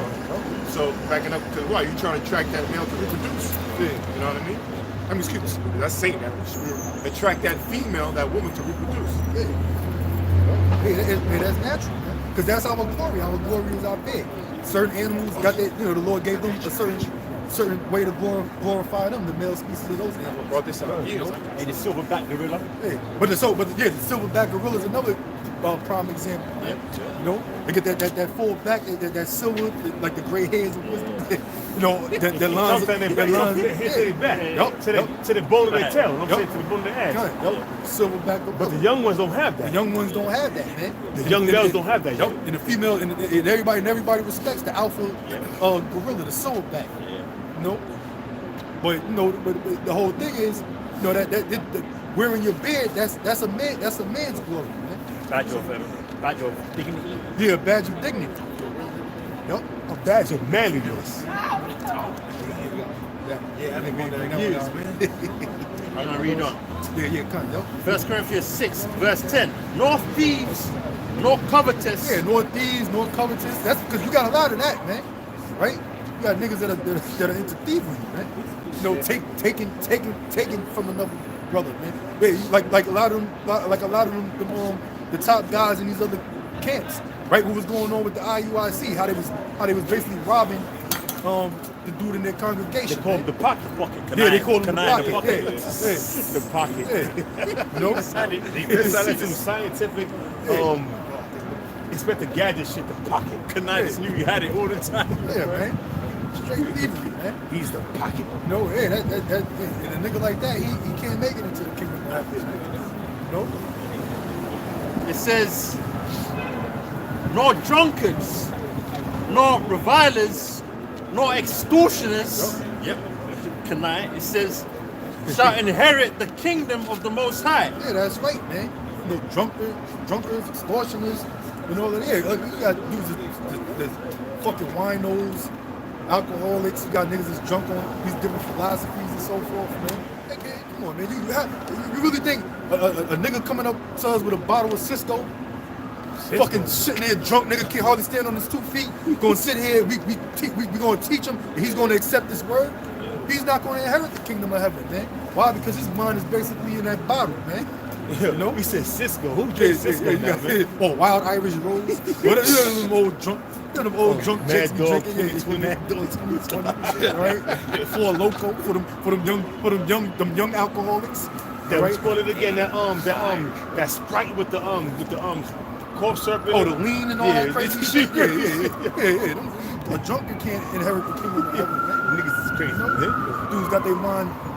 Their mind is swirling down the fucking bottle somewhere, man. You want to hold a hat? It's Revelation 14.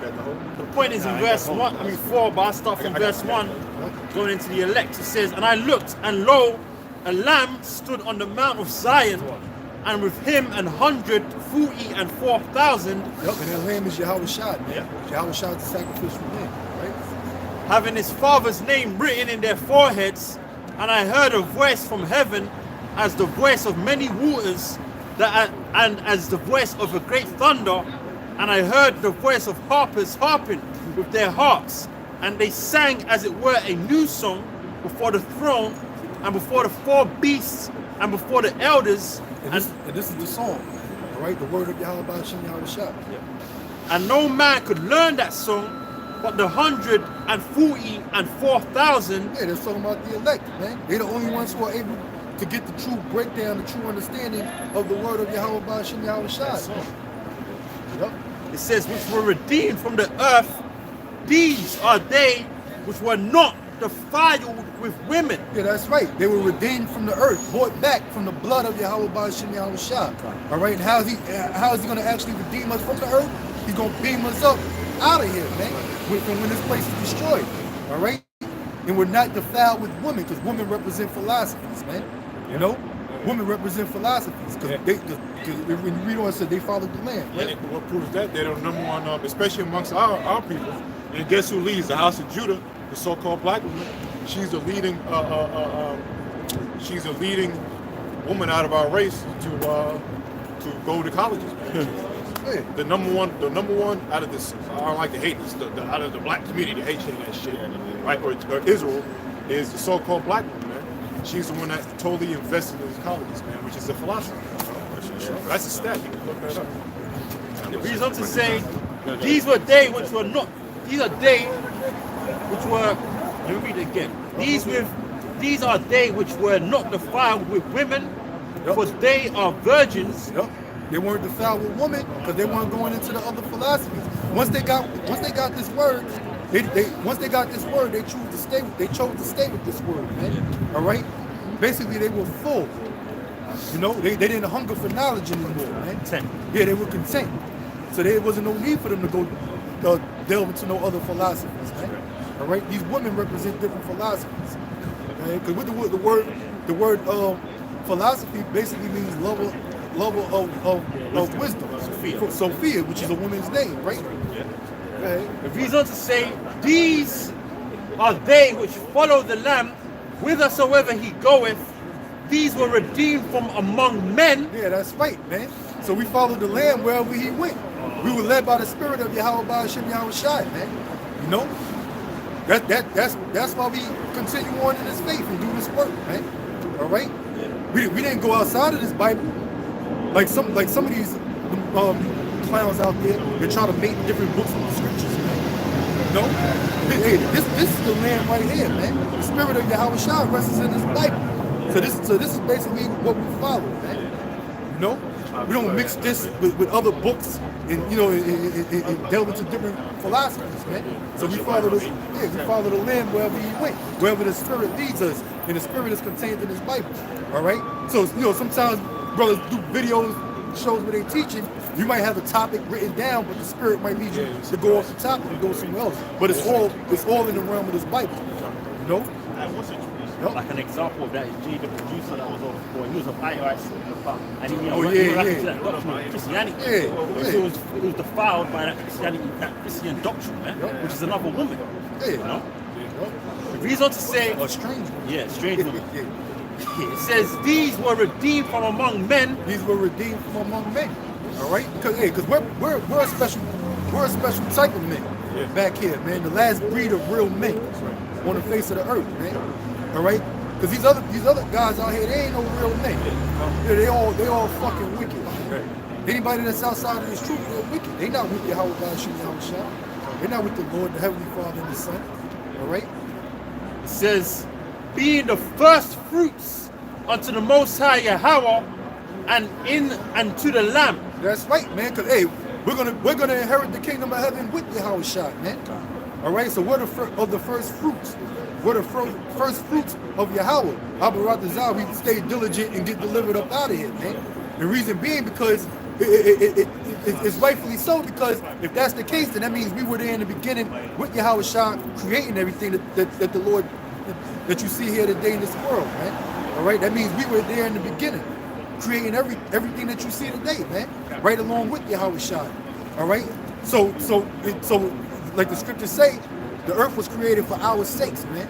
Which makes perfectly sense, because we had a part to play in creating this place. The elect had a part to play in creating the world that you see today, man. Right along with Yahweh Shah. Right? This is Ephesians 1 verse 4.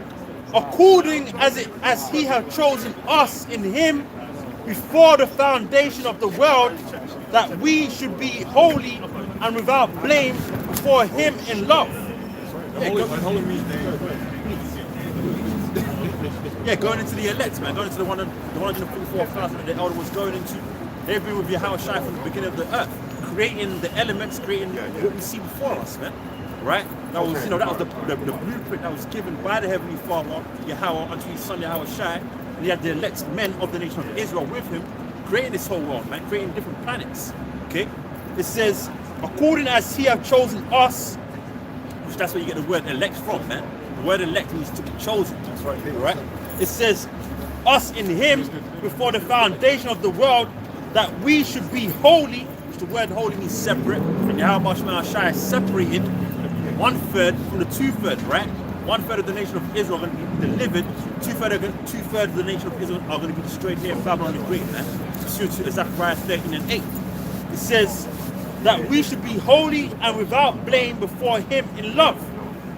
It says, having predestinated us unto the adoption of children by Yahweh Shai HaMashiach to himself. Why are we adopted? Because the Heavenly Father, Yahweh, in the days of old, he set our nation apart from him. He basically turned his back on our people, man. He divorced us as a nation, man.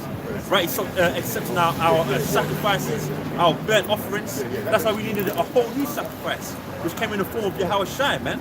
Okay, the unblemished lamb. Okay, that's one of his nicknames. That's a good word used, but you said he divorced us. Yeah. That's a good word, because why? Because we broke the covenant. We were mad on to the Lord, and the Lord divorces. The Lord uses that analogy in the scriptures too.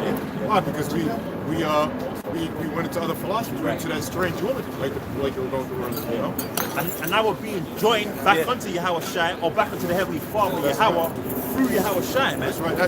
And Yahweh Shai comes in what? The volume of the book, man. That's right. And when he comes back, then that's when that marriage is actually going to take place in full. When he brings up the elect, then we're going to be physically joined with Yahweh Shai, which is going to consecrate that marriage, man. Because right now we're in that invitation stage, where the invitations, we're bidding the elect to the marriage, man. Okay? And that's a beautiful thing, man, which I've been meditating on a lot too. And man, when you read the scriptures, man, the Lord is really, I was thinking this today, he's in love with the nation of Israel, man. He really loves the nation of Israel. Love it. Yeah, it's a really love affair, because I was reading Jeremiah, well, I was listening to Jeremiah chapter 3. Oh, come on, man. Good Jeremiah chapter 3, all right? And that, when you read Jeremiah chapter 3, it was going into, if you go, matter of fact, look at it. Yeah. I am married unto you. Yeah. Because he was talking about going to a land, all right? And basically, we're about to read it. Yeah, this is Jeremiah 3. Wait, I'm going to start from right on 1. Okay, 1. This is Jeremiah 3 verse 1. They say, if a man put away his wife, and she go from him, and become another man's, shall he return unto her again? Shall not that land be greatly polluted? Yeah, so the answer is no. Because why? Once your wife leaves you, divorce her, and she gets with another man, and then she want to return on you again, the answer is hell no. The land's polluted. Right? That's a simple, I don't need to really break that down. Go ahead. It says, but thou hast played the harlot with many lovers, yet return again to me, saith the Lord. That's right. That's the Most High talk to the nation of Israel. He said, but thou hast played the harlot with many lovers. How did you play the harlot with many lovers? Well, first of all, the Most High, he married you onto him. The Most High married himself onto Yahweh Shemashah, onto the nation of Israel. That's why he refers to us as that woman. This is Jeremiah 6 verse 2. I have likened the daughter of Zion to a comely and delicate woman. Now that's beautiful there too. Again. This is one more. No. Okay. Well, go back to the other one. Go back to the and then go back because you said it says. All right. This is Jeremiah 3 verse 1. It says. The precept you just had. Okay, just had, Jeremiah 6 verse 2. Yeah. I have likened the daughter of Zion to a comely and delicate woman. The daughter of Zion, see? So he chose us, he calls us that woman. Why? Because we're a man onto. He said the daughter of Zion, then it says Zion means what? To Zion, means to remember. Monument. A monument, which means to remember. A monument is there to make you not forget. Right. All right, so when we shows you that we're casted off, but he didn't forget us. Right. Yeah. According to the Lord, the Most High, he don't have to accept us back. Right. But he's not a love letter, like not a love letter, elder. All right, but he's in love with the nation of Israel. All right. Now that's the spirit because I just listened to that today in the audio Bible, and you know what I mean. A lot of analogies, man. You see, like, and especially how, and like again, I'm going to go to this brother in Chicago, his dream, Shakalaka. He said, man, you're going to see how much the Lord loves us when we're in the kingdom, man. And you can understand it. When you love something, like when you love your car, when you love your woman, when you love like your whatever you love, man, you gave us, and now I'm getting this, you know, now let's get into it, man. Let's get a little serious. Now, he gave us Yahweh Shai. Okay? That's how you know Yahweh Shai. That's how you know the Most High loves us, because he gave us Yahweh Shai. He gave us Yahweh Shai, and he gave us his son, his first begotten son, that the Most High is in love with his son, man. He loves his son. Imagine your first son, and how much you love your first son. He sacrifices his first son for the whole nation. Which shows you how much he didn't have to do that, how much he loves the whole nation of Israel. But first, the first love he's going to show you, you 2/3, you gotta be destroyed, man. You gotta burn. That's gonna be your when Daddy comes home to whip your ass. Right. That's your whipping. You're whipping your ass. That's right. That's that switch. That switch is on nuclear missiles, man. You know. Back in Jeremiah 3 verse 1. But thou hast played the harlot. But you had another precept, right? Yeah, real quick. This is Isaiah 54 verse 5. For thy maker is thine husband. That's right. See, and thy maker is thine husband. Yep. I don't need to break that down. Thine maker is thine husband. Who made us? Yahweh by Shema Shai. Thy maker is thy husband. All right? It says, the Lord Yahweh of hosts is his name, and thy Redeemer, the Holy One of Israel. You see, though, who's thy Redeemer? How are we brought back to the Most High? How are we brought back? By Yahweh Shai. All right? Because that's what proves the Most High loves his people, man. By Yahweh Shai. He gave his first begotten spirit, the first begotten son, on to the nation of Israel, right, to die for his people, to bring us back to him. He didn't have to do that. He didn't have to do that. Can any of you say out there you would give up your first son or something you really love and die for something to something for you to get back when it did you wrong? Huh? When it did you wrong? You people you did the Most High wrong, man. The Most High didn't have to sacrifice his son. You people would be thankful that the Most High is going to let you die by nuclear missiles and let you come back in the kingdom. He don't have to do it. The reason to say the Most High of the whole earth shall be called, for the Lord Yahweh, Ba'ashem Yahweh Shai, have called thee as a woman forsaken, and a grieved in spirit, and a wife of youth, when thou was refused, saith thy power. I got something for you right quick. This is Isaiah 42:8. It says, I am Yahweh. That is my name. It says, and my glory will I not give to another, neither my praise to graven images. Yeah, so the Heavenly Father, Yahweh Shai, is not going to give his glory unto, Jesus Christ. He's not going to give his glory unto Krishna or Buddha or Allah. Right? Yahweh Shai is going to claim his glory, man. And that's why we're out here, to praise that name, Yahweh Shai, and exalt that name, man. Okay? Till he brings that judgment. Because the Lord is a jealous power, man. Right? And this is like his people worshiping other gods. That's spiritual fornication. That's spiritual adultery, man. Okay? Yeah. Hold up, brother. Read that again to make sure it's 42. 8. It says, I am Yahweh, that is my name. Right? That's the Most High's name, man. Not God, not Most High, not Heavenly Father. Those are titles. All right? But his name is, not Lord. His name is Yahweh, man. All right? And that is his name. He put his name on us, man. All right? So it says, I am Yahweh, that is my name. And my glory will I not give to another. So the Most High not going to give his glory to another nation, man. Only Israel. No matter how much Israel went off. Okay? Because when you get deeper with it, the Most High made Israel go off, man. Because that's how the Most High wanted everything to play out. All right? That's why the scriptures say the creature is subject unto vanity, but not willingly. Yeah. All right? But that's how the Most High wanted to play it out. Okay, I'm going to create my nation, my holy special people. All right? I'm going to make them go off. Then I'm going to send my son, Yahweh Shai, to redeem them back unto me, man. All right? That's how the Most High wanted things to play out. Now, the scriptures do speak about sinning willingly. Like me and the brother mentioned to me, James 1 and 13, man. Hey, brothers, somebody get James 1 and 13. All right? That don't mean you go off. You know? That don't mean you say, hell, the Most High made us go off, so I'm going to just go off. The hell with it. Nah, man. Saying that the Most High tempts you to sin, man. Yeah. You know? Go ahead, brother, read it. This is James 1 and 13.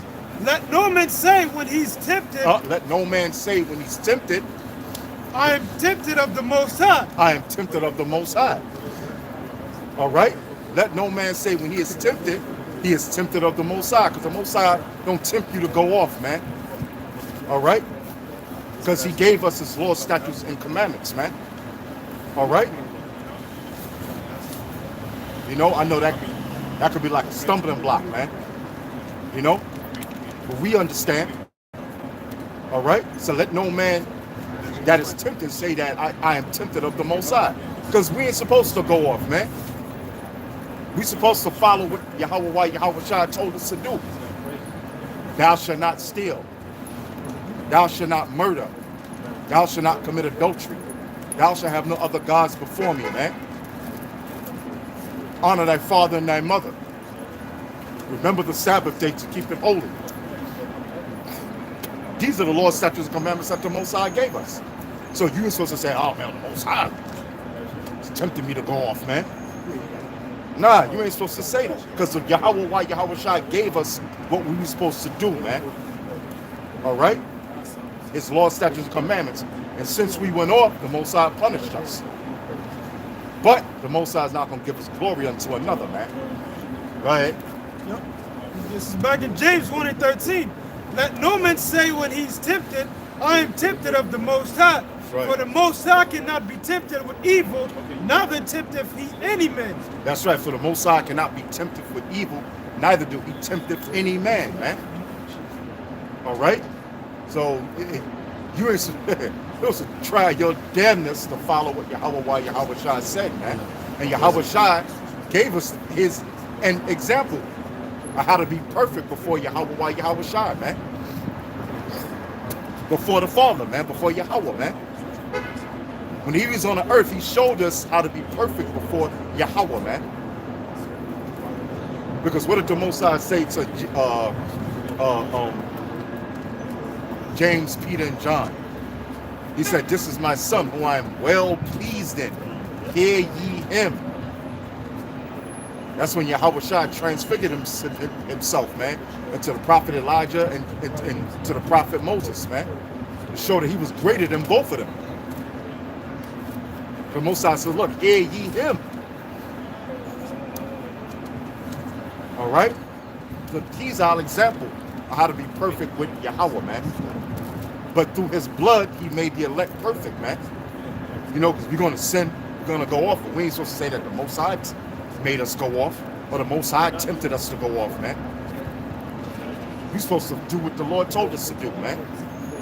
All right? Verse 14.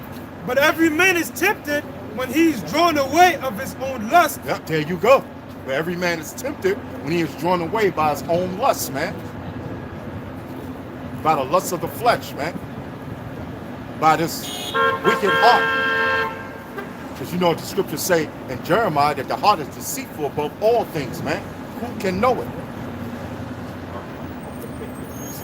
You know? So it's this stony heart that we got, man. All right? That what? The flesh, man. Oh yeah, look at that. Oh yeah, look at that other man's woman ass. Oh yeah, let me steal this money. I mean, it goes on and on and on and on and on, man. Oh yeah, well let me murder this dude because I don't like this, and you know what I'm saying? Go ahead. And it says, and enticed, and then when lust have conceived, it bringeth forth sin, and sin, when it is finished, bringeth forth death. There you go, and that's what happened with us, the nation of Israel, man. All right? That lust brought it forth sin, and the sin brought it forth death. You know, starting with Adam and Eve, man. You know, all the way to this very day now. But Yahweh Shah is about to redeem us from that, man. All right? From this stony heart, man, which is your spirit. The spirit that's contained in your brain, man. All right? Bring it out. It's in Sirach 5:5. It says, matter of fact, I'm gonna start at 4. It says, say not, I have sinned, and what harm what harm have happened unto me? Right. For the Lord is long suffering. Wait a minute. Read that, slow it up. It's in Sirach 5:4. Say not, I have sinned, and what harm have happened unto me? Yeah, say not, I have sinned, and what harm have happened unto me. You know, and Esau is the perfect example of that, man. Esau think all that wickedness he's doing, well, Most High didn't do nothing to me. See, we're flourishing. We're making even more money. The more people we murder, the more money we make. And the same thing goes with 2/3 of so-called Negroes, Latinos, and Native Americans, man. You know, just because you're doing all this wickedness, okay, you was some old grimy ass drug dealer nigga from back in the days. You done made all kind of money, and you riding around looking pretty, you know, because you ain't really do too much time. You know, you got away with a lot of shit. You know, you murdered a couple of people, you got away with it. So you think you got away with it, man? But what did the Most High say? Read. For Yahweh Shem Yahushua is long suffering. Oh, wait a minute, because Yahweh Shai is a long suffering, man. You know? That's why Esau said, wait a minute, man. Most High gotta be us. Because look at all this wickedness we doing, and we getting away with it, man. No, the Most High, Yahweh Shai is long suffering, man. He'll let that go on. He'll let it go on for what you think is a long time. All right? And then, boom! That's when he brings his wrath down on you, man. All right? Hold up. You got a precept? Yeah, precept. Bring it out. This is Psalms 37:7. Rest in the Most High and wait patiently for him. Yeah, rest in the Most High and wait patiently for him. And that's what the prophets of the Lord are doing, man. Fret not thyself because of him who prospereth in his way. Yeah, fret not thyself of him that prospereth in his way. Meaning the so-called white man, man. You know? The elites, they prospering, man. You know, they living a lavish lifestyle, man. You know? And you got our sellouts of so-called Negroes, Latinos, and Native Americans. It's the same thing with them, man. We ain't supposed to fret that. Why? Because they're gonna go down eventually, man. Go ahead. Because of the man who bringeth wicked devices to pass. Right, because of men that bringeth wicked devices to pass, man. You know, that's the so-called white man to the T. You know, he bringing all these wicked devices in this world to pass, man. You know, all this homosexuality, trying to turn a man into a woman, trying to turn a woman into a man, making all these factories pumping in poison in the air and poison in the water. You know, bringing the other philosophies, bringing other gods, man. Worshiping the damn devil, worshiping Satan. All right? So we ain't supposed to fret at them that prosper, man. Because that's why the scriptures say, for the triumphing of the wicked is but short, and the joy of the hypocrite is but for a moment, man. And that's the wicked. Who's the wicked? So-called white man. He's the wicked. Now, the scriptures do say amongst my people are found wicked men. But you got wicked so-called Negroes, Latinos, and Native Americans, man. Do all kind of manner of wickedness to each other. But the wicked is the so-called white man. And it's only for a short time, man. Remember, one day to the Lord is as 1,000 years, and 1,000 years is as one day. So what Esau been what? He been in rulership what, for 400 and something years, man? You know? He think he's doing it. You know, he think he's doing it, man. You know, oh yeah, right, we got it. We're gonna chip everybody. We're gonna be the Most High, man. Because that's what he says in his heart. All right? He said he's gonna be like the Most High, man. You know? Go ahead, bro. This is Job 20:4. Knowest thou not this of old, since man was placed upon earth? Yeah, see, this was all the way from the beginning. All right? Go ahead.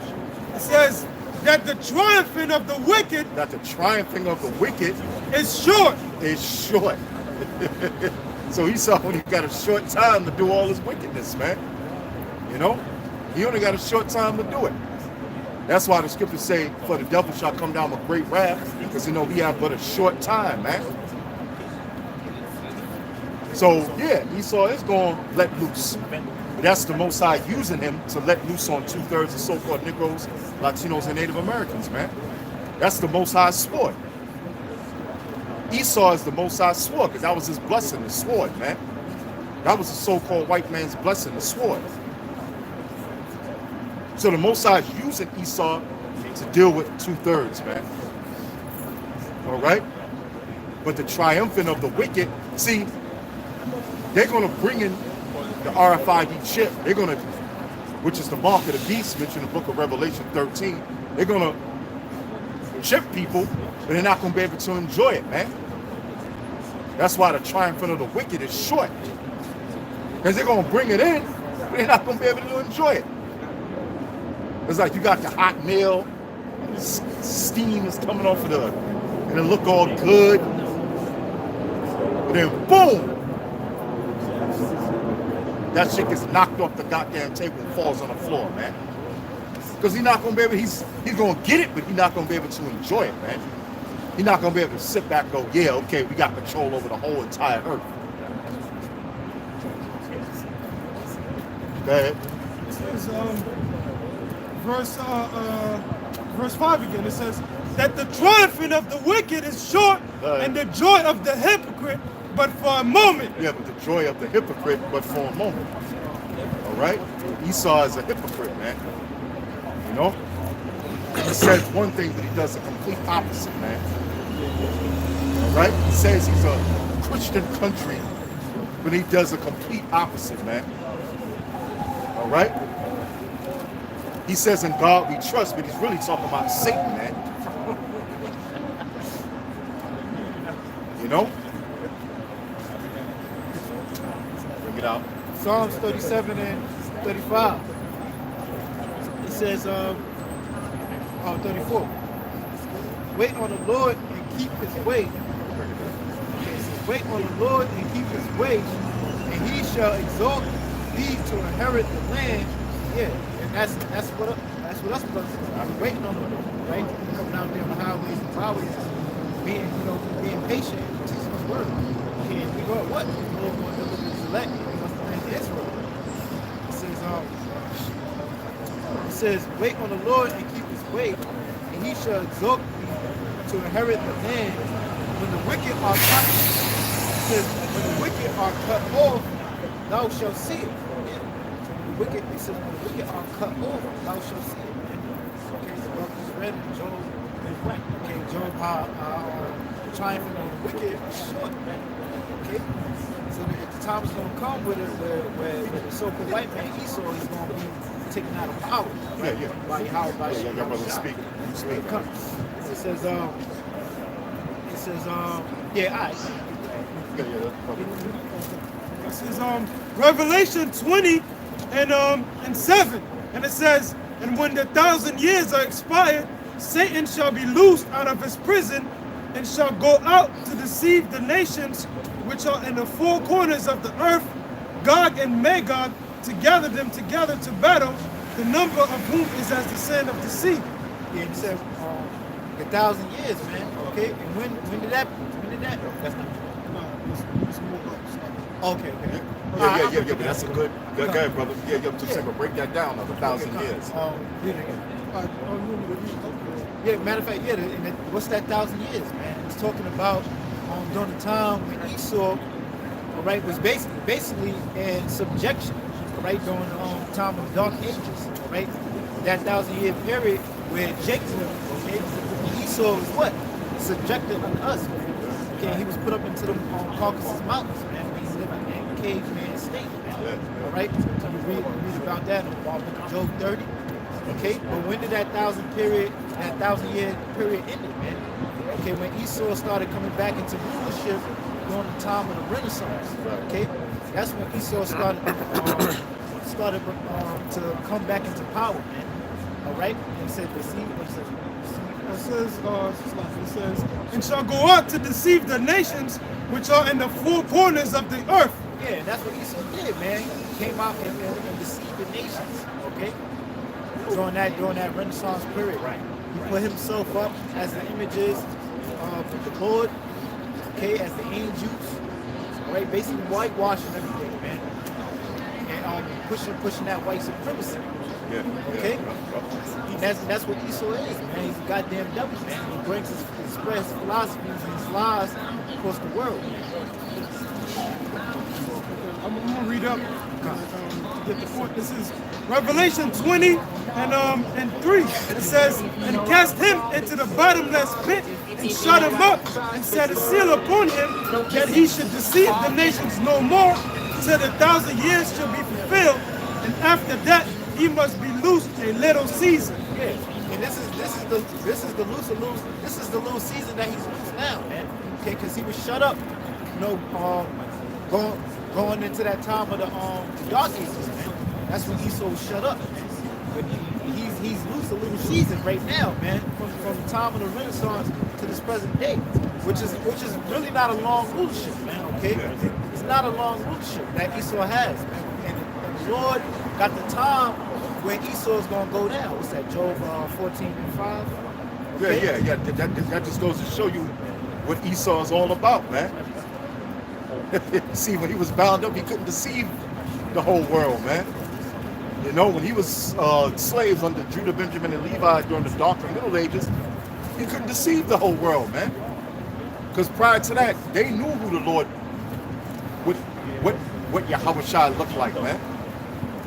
You know, they painted pictures of Yahushua all over in Europe, man. Turkey, the Middle East, you know, Europe, you know. But showing you what Esau is all about. So as soon as he got loose, what did he do? He deceived everybody, man. That's why he's known as the wicked, man. That's why he's known as the devil. the word devil just means deceiver. That's why he's the devil. That's why the Lord called him the devil, man. Because as soon as he was loose, he deceived the whole world, man. That's why he's known as the devil. And then people get all bent out of shape about that, man. You know? Oh, why you gotta call a white man the devil? Because that's what he is, man. You think about some guy with a pitchfork and a red velvet and a red velour suit with horns on his head, man, with a tail, you know? No, we talking about the devil. The physical counterpart of the spiritual demon Satan is the so-called white man. That's why he's known as the devil, because he deceived the world, man, after he was loose. That's why the so-called white man got to be put in chains again, man. He has to go back into slavery. So he's destroyed. Because he's nothing but a deceiver. He's nothing but the devil. All right? He's nothing but a murderer, man. All right? He's all about deceit and lies. He's all about robbery. He's all about death. Look, he's destroying the earth as we see it, man. Right in front of our eyes, man. All for the love of money. Money is a defense. It says, but for the love of money is the root of all evil, man. So you building all these factories, pumping all these chemicals out into the air, into the sea, into the ground, all to make money. You know? And then you got the heathen nations following right behind you, man. Now China, the air is so bad over there, man, don't have no asthma or no bronchitis or no breathing problems over there in China, man. You won't make it, man. You know? They built into their army to fight Esau, but they into industry too. Because just about everything that you get is made in damn China, man. Okay? So that's why he's known as the devil, man. As soon as he got loose, he started deceiving the whole world into saying that the Lord was a so-called white man, man. White supremacy. That's what it's called, white supremacy, man. All right? And that's what so-called Negroes, Latinos, and Native Americans are under, white supremacy. All right? Because they think the Lord is a so-called white man, man. You know? Go ahead, bro. One of the other ways that he deceives the nations too is with his democracy. Yeah, that's what he does is, you know, if a country has like a one leader, like a dictator, he tells them, you know, he makes it seem to the world that, you know, the people asking for democracy, they need liberation, and he goes in that nation and destroys the economy and puts in a puppet leader and gives them democracy. Just like he's doing with Venezuela right now, man. Yep. Now they just send some more aid over there. Because that's a tactic of America, all right? And they've been doing that for years, man. They did it in Russia, all right? When they was trying to so-called fight against communism. They gave the people aid, man, all right? Anytime Russia tried to go and make a country communist, they would just drop mad food and everything to them countries, man, to make them to go on America's side. Same thing they're doing in Venezuela right now, man. You know? They just brought more aid over there, man, so they can get the people on their side and bring that democracy. It's like the brother said. You can drop that. Get Revelation. Being that you said it. No, like yeah, like that's the main thing. You know, Esau goes around and spreads his democracy, right? Around the whole world, man. Basically, you know, for these nations to follow his ways, man. What's that main part of that democracy? That homosexuality. Yeah. Okay? Yeah. That's the main thing Esau pushes. Yeah, and that Roman value system, man.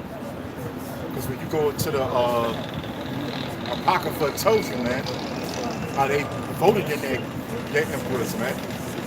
You know, from year to year. So they want to push that Roman way of life, man.